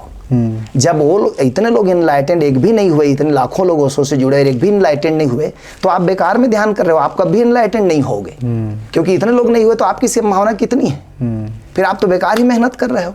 नहीं, ऐसा नहीं है, उस जगह तो बहुत इनलाइटेंड, वही मैं कह रहा हूँ कि बहुत इनलाइटेंड। आपका जो आश्रम है, इससे बाहर भी जैसे पुण्यानंद स्वामी जी हैं, बहुत उच्च स्तर के संबंध, वही हम बहुत और भी बोलते हैं, गुरुजी भी बोलते हैं, बहुत लोग इनलाइटेंड हैं और यही फर्क कर रहे हैं कि एक बार वो आते आश्रम में, हमारा कार्यक्रम करके देखते, गुजरते तो पाते कि ओशो से 1 इंच हम बाहर नहीं है। सारा कुछ ओशो ने जो विज्ञान दिया है उसी को हम टेक्निक बना करके लोगों को अनुभव करा रहे हैं। ओशो की चेतना कहीं से भी हमको आशीर्वाद दे रही होगी कि मेरे काम को ये लोग आगे बढ़ा रहे हैं। हम कुछ भी गलत करते होते तो हमको इन्फीरियरिटी आता, कुछ भी गलत नहीं है। ओशो ही कह रहे हैं कि तुम ध्यान को जानो, समाधि को जानो, संबोधि को जानो, और आप किसी को आप कहते हैं मैं तो ओशो से मिल गया, अब बाकी सब फ्रॉड हैं, तो आप गलत कह रहे हो। हाँ, हर युग को अपना सदगुरु चाहिए, हर व्यक्ति को अपना सदगुरु चाहिए। मान लीजिए मैं 90 में ओशो से नहीं मिल पाया, तो मैं तो रोता था कि मैं ओशो को देख नहीं पाया, तो मैं क्या ऐसे निराश मर जाऊं? मैं खोजता था कि कोई तो गुरु होगा, और गुरु का डिग्री डिप्लोमा नहीं होता, गुरु एक होते हैं। आप सोचिए, शिवपुरी बाबा भी पूर्ण गुरु थे, बुद्ध भी पूर्ण गुरु थे, और वो एक मग्गा को पकड़ के ओशो के गांव में रहते थे, मग्गा बाबा जिसको दुनिया कोई नहीं जानती थी, वो भी पूर्ण संत थे। आप बाहरी क्वालिफिकेशन से, बाहरी प्रवचन से गुरु का आकलन नहीं कर सकते। कोई कोई गुरु बोलता ही नहीं, जैसे मैंने सत्यनारायण बाबा की बात की, वो बोलते ही नहीं है, तो क्या गुरु नहीं है? गुरु का आकलन बाहर उसके बोलने से, उसके वेशभूषा से मत करिए। गुरु एक शिष्य के साथ प्रेम का नाता है। आप नहीं मानते, आपकी मौज, मेरे को मेरे गुरु से प्यार है, आप 100 बार मुझको नकारेंगे तब भी मेरे गुरु से प्यार है, उस प्यार को नहीं छोड़ पाऊंगा मैं। गुरु और शिष्य का नाता प्रेम का होता है। मैं कभी नहीं कहता कि मेरे गुरु सबके गुरु हैं, ये हम कभी नहीं कहते। हम कहते हैं हाँ तुम्हारी खोज है, तो हमारी खोज थी हम तृप्त हुए, अब आप तो कहेंगे ही भाई, जिसको मिला है वो तो 10 जगह कहेगा। हम भी कहेंगे कि आप भी आइए, आप भी खोज रहे हैं तो एक बार ट्राई करके देखिए, आपको अच्छा लगे तो बल्ले बल्ले आगे करिए, नहीं बल्ले लगता बाय बाय, कोई बंधन थोड़ी है। लेकिन ये क्रिटिसाइज करना कि ओशो से अलग ये लोग चल रहे हैं, ओशो ने कहा है, ओशो ने ये कहा, ओशो अपने आप में पूर्ण है। कोई बुद्ध पुरुष ओशो जैसा ना तो पहले कोई हुआ था, ना ओशो जैसा बाद में होगा। लेकिन मैं विथ रिस्पेक्ट ये भी कहूँगा, मेरे जैसा भी व्यक्ति पहले कोई नहीं हुआ था, मेरे बाद भी मेरे जैसा कोई व्यक्ति नहीं होगा। कहने का मतलब ओशो ही कह रहे हैं हर व्यक्ति यूनिक है। आप उसके यूनिकनेस का सम्मान क्यों नहीं कर पा रहे हो? क्योंकि आप अपने यूनिकनेस को नहीं पहचाने हो। यदि आप पहचानते तो ये नहीं कहते। ज़्यादातर मैं ये देखा हूँ कि हमारे पुराने सन्यासियों का, कई लोगों का परिवार बिखर रहा है, इसीलिए कि कहीं ना कहीं वो कट्टर हो जा रहे हैं। ओशो के अलावा कोई नहीं, सब रिजेक्ट। जब आप सबको रिजेक्ट करोगे तो सारी दुनिया आपको भी रिजेक्ट करेगी, क्योंकि जो हम देते हैं अंततः वही हमें मिलता है। आप प्रेम बांटिए, आनंद बांटिए। हर गुरु, ओशो तो कहते थे, ओशो से किसी ने पूछा कि बुद्ध के जाने के बाद 2 खंड में टूट गया, हीनयान और महायान, और फिर उसके बाद और 70 धाराओं में बट गया बुद्ध का। तो ओशो ने कहा कि बुद्ध के 70 धारा बटी, मेरा तो 700 से कम नहीं होगा, 700 धाराएं बटेगी। जो भी हर व्यक्ति कुछ सीखेगा, जानेगा, नया धारा चलाएगा। और आपको खुश होना चाहिए कि ओशो को पढ़ करके इतनी धाराएं, ओशो को सुनकर, जानकर, अनुभव करके इतने लोग प्रचार प्रसार कर रहे हैं। आपको तो एप्रिशिएट करना चाहिए। लोग आपस में लड़ रहे हैं, विरोध कर रहे हैं। हम तो किसी से कभी विरोध नहीं किए, हम तो सब जगह इसलिए जाते रहे, और हमने खूब एंजॉय किया ओशो को। अब ओशो की किताबों को भी एंजॉय किया, हमारे गुरुदेव के द्वारा दिए गए ज्ञान को भी एंजॉय कर रहे हैं। बहुत अच्छा। कहीं विरोध नहीं है। जब कुछ लोग जरूर आलोचना करते हैं, वो उनका स्वभाव है, उससे हम विचलित नहीं होते। क्योंकि देखिए, जिससे प्रेम हो जाएगा ना, मैं कितना भी आपको मना करूं कि उस प्रेम को हटाओ, आप नहीं हटा पाओगे। गुरु और शिष्य का नाता प्रेम का होता है। चलिए, आपने जो प्रेम का बारे में बताया, ये प्रेम, यह जो प्रेम है, इसके संबंध में मतलब जितना कहा जाए उतना ही कम है। फिर भी जो प्रेम हम ये देखते हैं कि अध्यात्म का कोर में, मतलब उसका जो अंतहस में प्रेम ही है, और प्रेम ही जिन प्रेम कियो तिन ही प्रभु पायो। तो प्रेम क्या है? यह असल प्रेम, असली प्रेम जो हम स्पिरिचुअलिटी के कोर में देखते हैं, वो प्रेम क्या है? प्रेम की एक बहुत ही सुंदर परिभाषा गुरुजी ने जो बताई, आपको बताता हूँ, जो मुझको पसंद आई बहुत। दो पदार्थों के बीच में जो आकर्षण है, उसको हम गुरुत्वाकर्षण कहते हैं। ये एक पदार्थ है, धरती एक पदार्थ है, इसको मैं छोड़ता हूँ, धरती का खिंचाव ज्यादा है, ये इसको खींच लेता है। इन दोनों के मध्य जो आकर्षण की शक्ति है, वो गुरुत्वाकर्षण है। ऐसे ही दो चेतनाओं के बीच में जो आकर्षण की शक्ति है, वो प्रेम है। पदार्थ जब पदार्थ को खींचता है तो गुरुत्वाकर्षण, चेतना जब चेतना को खींचती है तो गुरुत्वाकर्षण। आप ओशो के प्रेम में क्यों पड़े? चेतना ने खींचा, ओशो की चेतना आपकी चेतना को खींच रही है, आप उनके प्रेम में पड़ गए। एक लड़का एक लड़की के प्रेम में पड़ जाता है, क्या हुआ? दोनों की चेतना, दोनों में चैतन्य तत्व है, शरीर ही नहीं खींच रहा है, चैतन्य भी खींच रहा है। तो दो चेतनाओं के जो आकर्षण की शक्ति है, वही प्रेम है। और प्रेम जो आपने कहा, संतों ने जिस प्रेम की बात की है, वो कौन सी है? वो यही प्रेम है। प्रेम से दूसरे का संबंध नहीं है, प्रेम है हमारी आत्मा की क्वालिटी। जैसे अभी कुछ देर पहले मैंने आपको कहा कि आत्मा में नाद है, नूर है, आनंद है, चैतन्य है, प्रेम है। जब भी कोई आत्मा को जानेगा, आत्मा में जाएगा, तो उसे एक अद्भुत प्रेम का एहसास होता है। और वह प्रेम कैसे है? जैसे फूल से झरता हुआ सुगंध। फूल खिला तो सुगंध झर रहा है, कोई नाक आएगा तो पा जाएगा, नहीं आएगा तब भी सुगंध झर रहा है। ऐसे जो ध्यान के द्वार से प्रेम को, आत्मा के प्रेम को जान लेता है, वो पूरे टाइम प्रेम में है। कोई उसके पास आएगा तो उस प्रेम को पा जाएगा, नहीं आएगा तब भी वो व्यक्ति उतने ही प्रेम में है। इसी प्रेम की बात संत करते हैं। और एक खास नियम है अस्तित्व में, कि अस्तित्व का एक बड़ा विचित्र नियम है। इस संसार में एक व्यक्ति के रूप में आप जो दूसरों को देंगे, दूसरे के लिए जो भाव करेंगे, वही आप तक लौटेगा अनंत अनंत रास्तों से। ये नियम है। तो आप यदि प्रेम देते हैं, प्रेम बांटते हैं लोगों में, तो हजार हजार रास्तों से आपके ऊपर प्रेम बरसेगा। यदि आप घृणा बांटते हैं तो हजार हजार रास्तों से घृणा आएगी। ये अकाट्य नियम है, जो हम देंगे वही लौटेगा। तो संत कहते हैं प्रेम करो, वो इसलिए ताकि आपके ऊपर प्रेम बरस सके। वो सज्जन बनाने के लिए नहीं कह रहे हैं, वो कह रहे हैं प्रेम तुम करोगे तो लॉ ऑफ अट्रैक्शन, आकर्षण के नियम के अनुसार तुम अन्य जगहों से प्रेम को आकर्षित करोगे। यही दिव्य प्रेम है। बहुत अच्छा। सनातन धर्म में हम देखें तो साधना के बहुत से विधि के संबंध में बात करते हैं। अघोर भी एक साधना का विधि है, और बहुत से साधना के विधि हैं। तो सनातन धर्म के संबंध में हम जब बात करते हैं तो दिखाई देता है कि सबसे रिच, सबसे diverse, multi dimensional spiritual approaches हमारे पास है।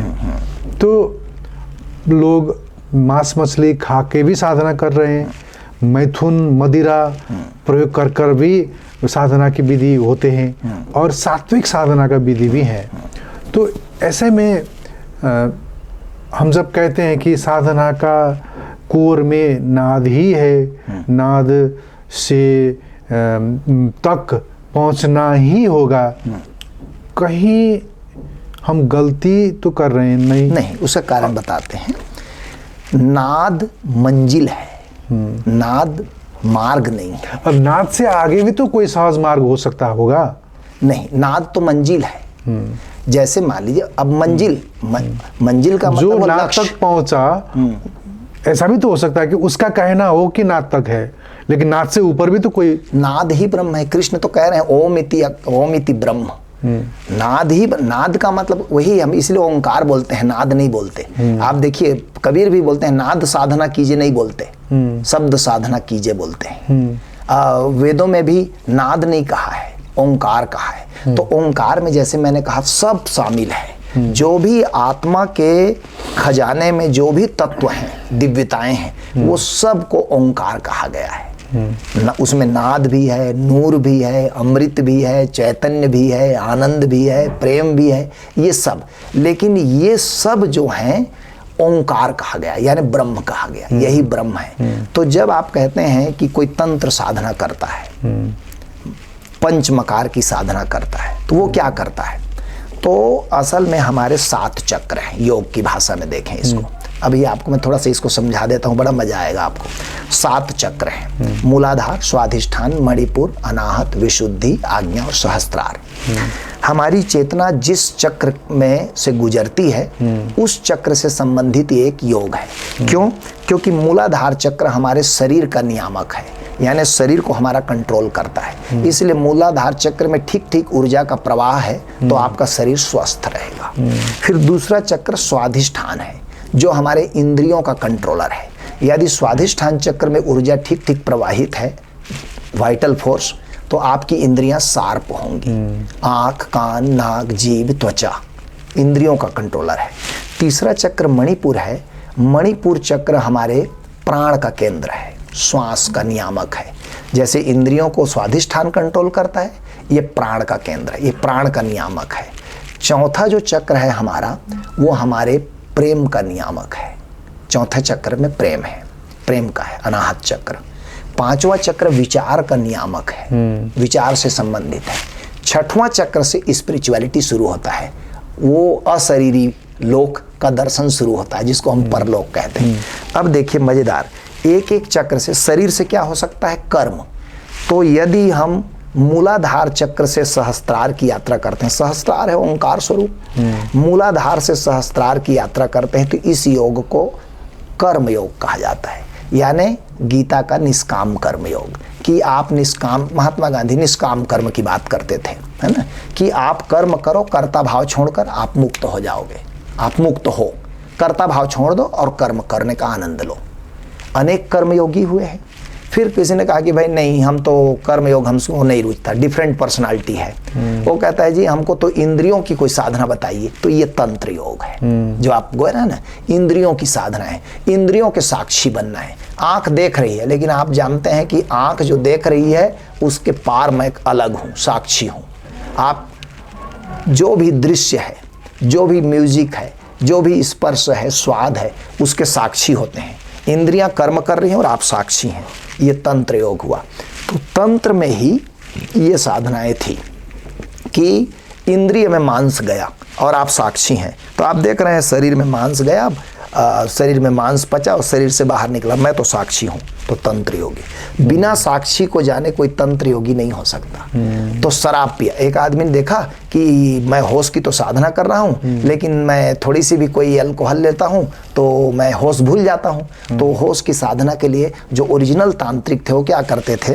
होश को टेस्ट करते थे कि अभी मैं कहूँगा कि आप होश में हैं कि नहीं, तो आप कहेंगे होश में हूँ, लेकिन अभी एक शराब का पैक दिया जाए तो होश डोल जाएगा, यानी ये कोई बहुत मैच्योर होश नहीं है। तो अब एक साधक क्या करता था कि पहले थोड़ा सा अल्कोहल लिया और देखा कि होश की क्या गति है।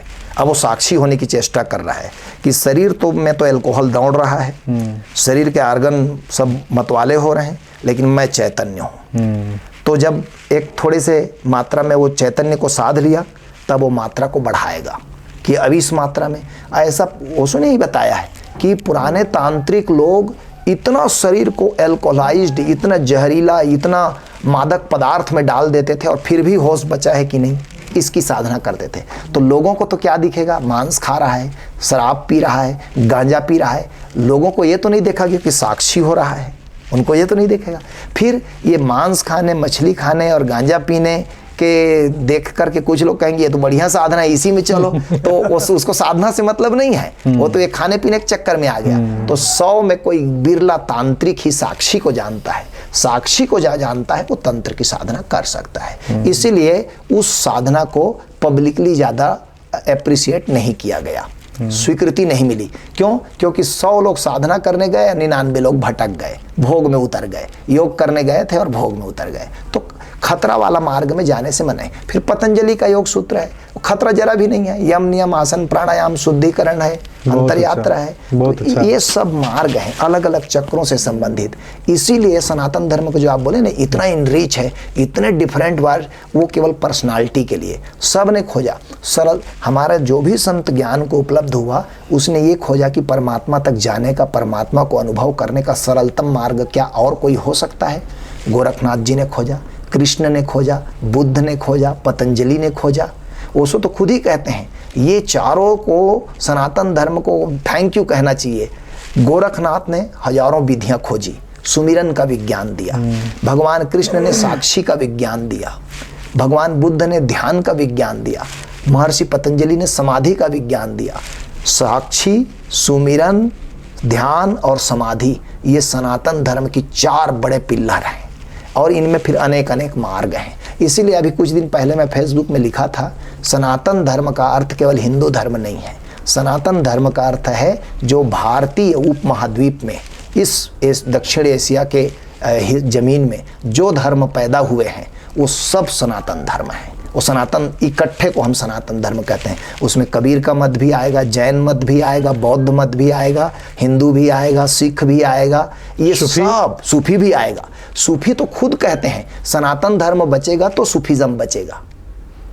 कट्टरवादी बचने नहीं दिए, कट्टरवादियों ने तो सूफियों को मार डाला, कट्टर इस्लाम ने। सूफी तो लिबरल हैं, वो तो कृष्ण के भी गीत गाते हैं, तो राम के भी गीत गाते हैं। सूफी तो चाहते हैं कि सनातन धर्म बचे तब सूफीज्म बचेगा। सूफी बाबा शाह कलंदर खुद ही कहते थे अपने लोगों को, हमारे गुरु जी को भी कहते थे, सनातन धर्म को बचाना तभी सूफीज्म बचेगा, नहीं तो मध्य पूर्व के सारे देशों से सूफीज्म खत्म हो गया, भारत में बचा है। क्योंकि सनातन धर्म प्रोटेक्ट करता है उसको। हमारे लोग दरगाह में भी जाते हैं, कव्वाली भी गाते हैं, सूफीज्म गीत संगीत वाले लोग हैं। वो लोग बसंत का कितना उत्सव किया। हाँ, कट्टर इस्लाम गीत संगीत को नहीं पसंद करता, हाँ। सूफीज्म पसंद करता है। तो ये सारे मार्ग, और आपको सुनकर खुशी होगी सुभाष जी कि समर्थ गुरु इन सारे मार्गों को ही ओशोधारा में आप जो बोल रहे हैं जितने कार्यक्रम ना, वो इन्हीं सभी मार्गों की चर्चा है कि आप पूरे सनातन धर्म को उसके ब्रॉड एस्पेक्ट में देखिए। आप नैरो माइंड मत बनिए, मेरा रास्ता ही ठीक है ऐसा मत कहिए। एक बार जांचने आइए, परखने आइए, डिस्कस करिए। हर प्रतिभाशाली आदमी खोजता है कि कोई मेरे केडर का भी आदमी आए। केवल बुद्धू आदमी प्रतिभाशाली आदमी से भागता है। जो प्रतिभाशाली आदमी होगा तो ज्ञानियों का सम्मान करेगा। हमारे यहाँ गुरु जी सभी संतों को बुलाते हैं, संतों से मिलने जाते हैं, वो खुद ही चर्चा करते हैं। अभी हमने एक मिशन संगम चलाया है। मिशन संगम का मतलब है हम अपना कार्यक्रम लेकर दूसरे संतों के, दूसरे साधुओं के आश्रमों में जाकर हम कार्यक्रम करेंगे। मिशन आत्म क्रांति, हर व्यक्ति को आत्मा का ज्ञान हो। पहले इक्के दुक्के लोग आत्मा को जानते थे, अब संकट में है धरती, अधिक से अधिक लोग आत्मा को जानेंगे तब जाकर धरती बचेगी। नहीं तो आप बोल रहे हैं इतना परमाणु बम बना है, इतना युद्ध हो रहा है। जितने आत्मवान लोग होंगे उतनी धरती सुखी होगी। Thank you very much, so nice of you. बहुत अच्छा लगा आपसे संवाद करके। अंत में जो युवा, आज के समय के युवा हैं, हम देखते हैं कि आज के समय के युवा के दिमाग में, मन में बहुत प्रेशर है। प्रेशर कुछ करना है, बिल्कुल कमाना है, बिल्कुल। और पेरेंट्स ने जब वो +2 पास करते करते समय तक इतना इन्वेस्ट किया होता है। हाँ। आज का शिक्षा बहुत महंगा है। फिर चाहे इंडिया कहे, चाहे भारत, नेपाल कहें, यहाँ पर पता नहीं क्या है, वो लोग यहाँ से बाहर जाना चाह रहे हैं। तो for the better opportunities and for the better future सब लोग वहीं जाना चाह रहे हैं, अमेरिका, ऑस्ट्रेलिया, यूके। सो वहाँ पर पहुँच के भी खुश कोई नहीं है। न वो इकोनॉमिकली स्ट्रॉन्ग हो पा रहे हैं, न मतलब सोशली आपको सम्मान मिलता है। हम नेपाली भारत में या भारतीय नेपाल में आता है तो पता ही नहीं चलता वो नेपाली है कि भारतीय है। हम मजे से जीते हैं, लेकिन वहां पर आप ऑदरिंग हो जाएंगे क्योंकि आप अलग दिखते हैं वहाँ पर, तो न वहाँ पर आपको रिस्पेक्ट मिलता है। तो इस वजह से आज के युवा यहाँ पर वहाँ पर जो जा नहीं पाए, ना जाने की वजह से जो वहाँ पहुँचे, जो उनका ड्रीम था वो चेज नहीं हो पा रहा है, तो उसकी वजह से इसमें दो जवाब दूंगा आपको। प्लीज से समथिंग फॉर देम। बहुत बढ़िया सवाल है, दो जवाब, एक विज्ञान सम्मत जवाब, एक ओशो का जवाब दूंगा। जी। एक तो देखिए, जिसको हम आज की भाषा में अभी शिक्षा विद्यालय यूनिवर्सिटी कॉलेज कर रहे हैं, आप देखिएगा आने वाले 5 साल 10 साल के भीतर ये सब संस्थाएं जो ट्रेडिशनल शिक्षा दे रही हैं, आज से 50 साल 100 साल पहले की जो पद्धति है उसी पद्धति से शिक्षा दे रही हैं, ये सब आउटडेटेड हो जाएंगे। कारण AI आ गया, आर्टिफिशियल इंटेलिजेंस आ गया। अब आपका बच्चा जो गणित पढ़ रहा है उससे 100 गुना तेज गणित AI कर रहा है। आपका बच्चा जो विज्ञान में शोध करना सीखेगा उससे 100 गुना तेज AI करेगा। माइंड से जो आप कर सकते हो मस्तिष्क से, ग्राफिक डिजाइनर के तो जॉब ही खत्म हो गया, कितने जॉब अभी खत्म होंगे। अभी कल भारत में दिल्ली में AI का एक बड़ा समिट शुरू हुआ, 2.5 लाख लोग आए हैं सम्मेलन में, सब अपना अपना AI के डिफरेंट विभाग के बारे में बात कर रहे हैं। वो सब ये कह रहे हैं कि आने वाले 5-10 साल के भीतर जॉबलेस, एक कहना चाहिए ग्लोबल अनएम्प्लॉयमेंट बढ़ेगा। कारण सबको रिप्लेस कर दिया। आप कितना खर्चा करके एक आदमी को रखिएगा, वो तो मशीन उतने में फटाफट कर रहा है। धीरे धीरे, कल ही एक मित्र आए थे मुझसे मिलने, उन्होंने, वो सॉफ्टवेयर इंजीनियर हैं, उन्होंने खुद कहा कि देखिएगा ये जो आप हाउस मेड रखते हैं ना, घर में काम वाली बाई रखते हैं, इसकी जरूरत नहीं पड़ेगी, ये सब रोबोट करेगा 2 साल के भीतर। अभी अमेरिका में ड्राइवरलेस कार आ गया, ड्राइवरों की जॉब गई सारे। अभी AI तो ग्लोबल अनएम्प्लॉयमेंट पैदा करेगा। इसका मतलब क्या हुआ, जो शिक्षा आपके बच्चे स्कूल कॉलेज में 15 साल 20 साल 25 साल पढ़ के ले रहे हैं, वो सडनली ऑफ हो गया। उसका कोई रिलेवेंस ही नहीं है। आप इतना पढ़ के करिएगा क्या? आपका काम तो मशीन कर रहा है। जिस जॉब के लिए आप तैयारी कर रहे थे वो जॉब तो वो करेगा, मशीन ही कर रहा है। तो ये तो हमको विकल्प खोजना पड़ेगा। ये तो गया, आज गया कल गया। अब जो भी बुद्धिमान आदमी होगा वो अपने बच्चे को कहेगा, भाई ये जरा कुछ ऐसा स्किल सीखो जो तुम्हारे काम आए। जो मशीन कर सकता है वो तो तुम्हारे काम नहीं आने वाला है, वो तो मशीन कर ही लेगा। दूसरा, ओशो ने इसको पहले से देख लिया था, ऐसा लगता है। ओशो ने जवाब दिया था कि आने वाले समय में, मजाक भी नहीं है, वो सत्य भी होगा। उन्होंने कहा था आने वाले समय में जो आदमी काम नहीं करेगा उसको सैलरी मिलेगी, और जो काम मांगेगा और सैलरी भी मांगेगा उसको कम सैलरी मिलेगी, कि ये काम भी मांगता है और सैलरी भी मांगता है। जो बिल्कुल काम नहीं मांगेगा उसको हम ज़्यादा अनएम्प्लॉयड भत्ता देंगे, बेरोजगारी भत्ता देंगे, क्योंकि अच्छा आदमी है, काम नहीं मांगता, पैसा जितना चाहो ले लो। कारण अब सब मशीनें करेंगी। आप देखिए ना, हर चीज में AI है। ऑपरेशन रोबोट करेंगे, लीगल एडवाइजिंग आपका AI करेगा, आपके मेडिकल के फील्ड में, एजुकेशन के फील्ड में, कंस्ट्रक्शन के फील्ड में, सब जगह AI शामिल हो रहा है।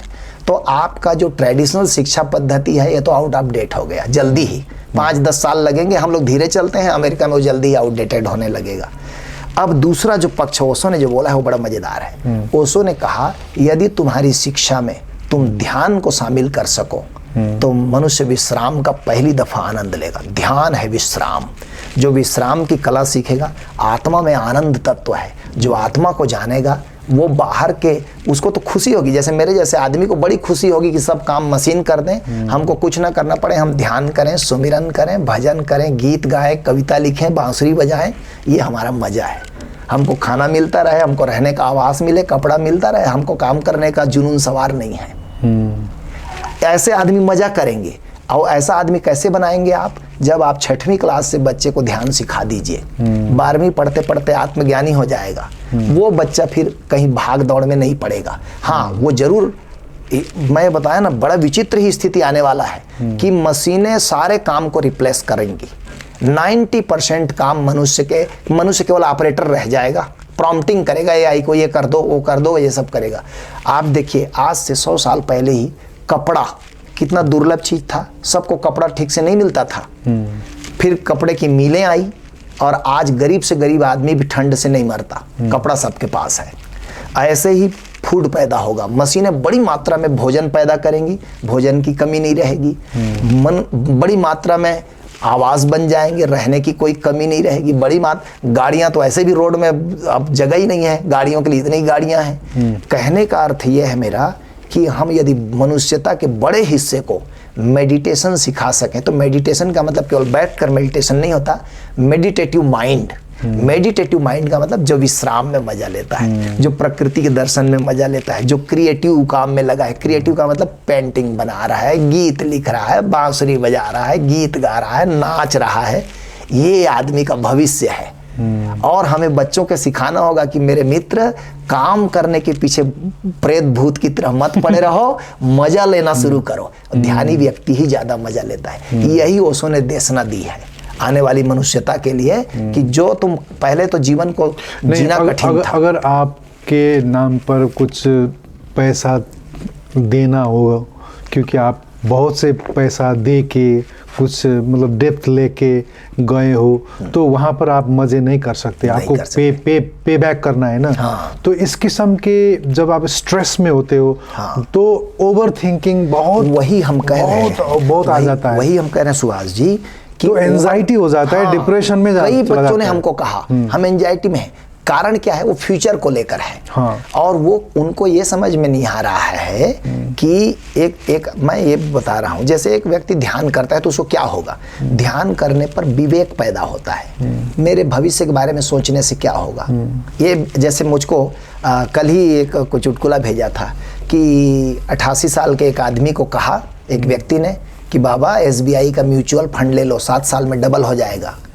तो 88 साल के उस आदमी ने कहा कि बेटा, उम्र के मैं उस पड़ाव पर हूं कि मैं तो कच्चे केले भी नहीं खरीदता। समझ रहे हैं कि कल का भरोसा नहीं है कि कच्चा केला पकेगा, मैं सीधे पके केले ही खरीदता, कल का भरोसा नहीं है भाई। जिंदगी के भविष्य सब कुछ उज्जवल है, आप चिंता मत करें। ये जो छोटा बच्चा है, इसको स्ट्रेस मेंटेन करना सिखाएं। स्ट्रेस मेंटेन क्या होगा? जैसे हम लोग ध्यान कराते हैं ना शिविरों में, तो बताते हैं बच्चों को यही सब चीजें कि तुम्हारे पास कोई स्किल सीखो। समझो आप एक म्यूजिक बजाते हो तो आप सब दिन रिलेवेंट रहोगे। ऐसा नहीं है कि एआई आपको रिप्लेस करेगा, बहुत हद तक करेगा लेकिन सब दिन नहीं करेगा।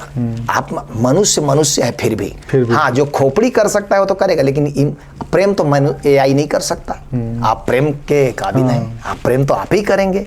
प्रेम करेंगे, नृत्य करेंगे, आनंद करेंगे, ये तो आपकी संपत्ति है। हाँ, ओशो का ये कहना था कि ध्यान से मनुष्य की समझ बढ़ती है, इसीलिए ध्यान को हम लोग जोड़ने की बात करते हैं शिक्षा में। अभी हम लोग एक अभियान चलाए हैं, ध्यान आचार्य। हमारे यहाँ गुरुजी कहते हैं हर स्कूल में 2 टीचर को ध्यान कराने के लिए ट्रेनिंग मिलनी चाहिए। सरकारों को कहना चाहिए कि ये 2 टीचर हमारे स्कूल से हम भेज रहे हैं किस गुरुओं के पास, इनको ध्यान करना सिखा दीजिए। ये बच्चों को रोज प्रेयर के समय 20 मिनट ध्यान कराएं, 15 मिनट, 20 मिनट, 10 मिनट ध्यान कराएं। बच्चा बहुत जल्दी ध्यान सीख जाता है। 6वीं क्लास का बच्चा और 12वीं क्लास के बच्चे, इस एज बीच के लोग जो हैं बहुत अच्छे से बच्चे, हमारे बड़े लोगों में ज़्यादा विचार आते हैं, उनको नहीं आते। और 10 मिनट भी मौन बैठेंगे ना तो मन उनका शांत हो जाता है। और आप विश्वास करेंगे कि ये जो ध्यान की ऊर्जा है उनको विवेक देती है, समझ देती है। इसीलिए तो देखिए ओशो को ध्यान से क्या मिला? ओशो ने बहुत ध्यान किया और एनलाइटेंड हुए। ओशो को ध्यान से क्या मिला? न केवल अपना सब प्रॉब्लम हल कर लिया, लाखों लोगों का प्रॉब्लम हल किया ना। ये विवेक कहाँ से आया? ओशो खुद ही बोल रहे हैं, ध्यान से मिला हुआ ज्ञान ही एकमात्र ज्ञान है, विवेक है। वही तुम्हारे सारे प्रॉब्लम को हल करेगा। एक एक पत्ती को सींचने से पेड़ हरा नहीं होगा, जड़ में पानी डालो पेड़ हरा हो जाएगा। जड़ है ध्यान। आत्मा में जो आदमी जुड़ेगा, ध्यान में जो आदमी जुड़ेगा, वो बाहर के जगत में भी विवेक का उपयोग करेगा, स्ट्रेस में भी नहीं आएगा, वो सिचुएशन को भी समझेगा, वो लोगों को भी प्रेम कर पाएगा और उसी का। इसीलिए हम लोग तो कहते हैं लाख दुखों की एक दवा है ध्यान। यदि आप ध्यान को बाईपास करके पत्ते पत्ते को सींच रहे हैं तो आज नहीं कल निराश हो जाएंगे। और ध्यान की दुनिया में आप आ गए तो जड़ में पानी पड़ रहा है, पेड़ हरा भरा रहेगा, निश्चिंत रहिए। Thank you very much.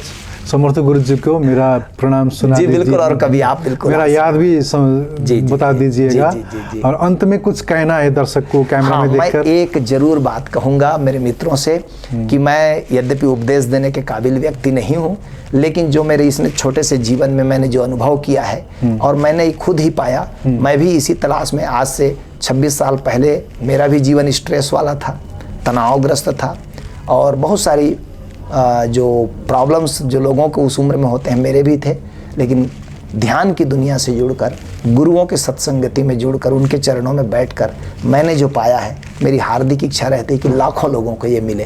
क्यों? क्योंकि यह कोई चूकने वाला धन नहीं है। इसको आप पाते हो तो मेरा कम नहीं हो जाता, आपका बढ़ता है, मेरा भी बढ़ते जाता है। तो मैं ज़रूर आमंत्रण दूंगा कि ध्यान की दुनिया से जुड़िए, सद्गुरुओं के साथ जुड़िए, अपने से बड़ी चेतनाओं के साथ जुड़िए, आपका जीवन उज्जवल रहेगा। बहुत बहुत धन्यवाद। Thank you very much. नमस्कार, जय जय। मन्जु माताजीलाई धेरै धेरै धन्यवाद यो कार्यक्रमको आयोजन गरिदिनु भएकोमा। Thank you. यहाँको प्रश्न त्यतिकै राम्रो, त्यसपछि आचार्यजीको यति लामो सत्सङ्ग मैले सुनिरहेको थैंक यू गुरुदेव, बहुत अच्छा लगा। Thank you very much. The Secrets of Life with Subhas Agam.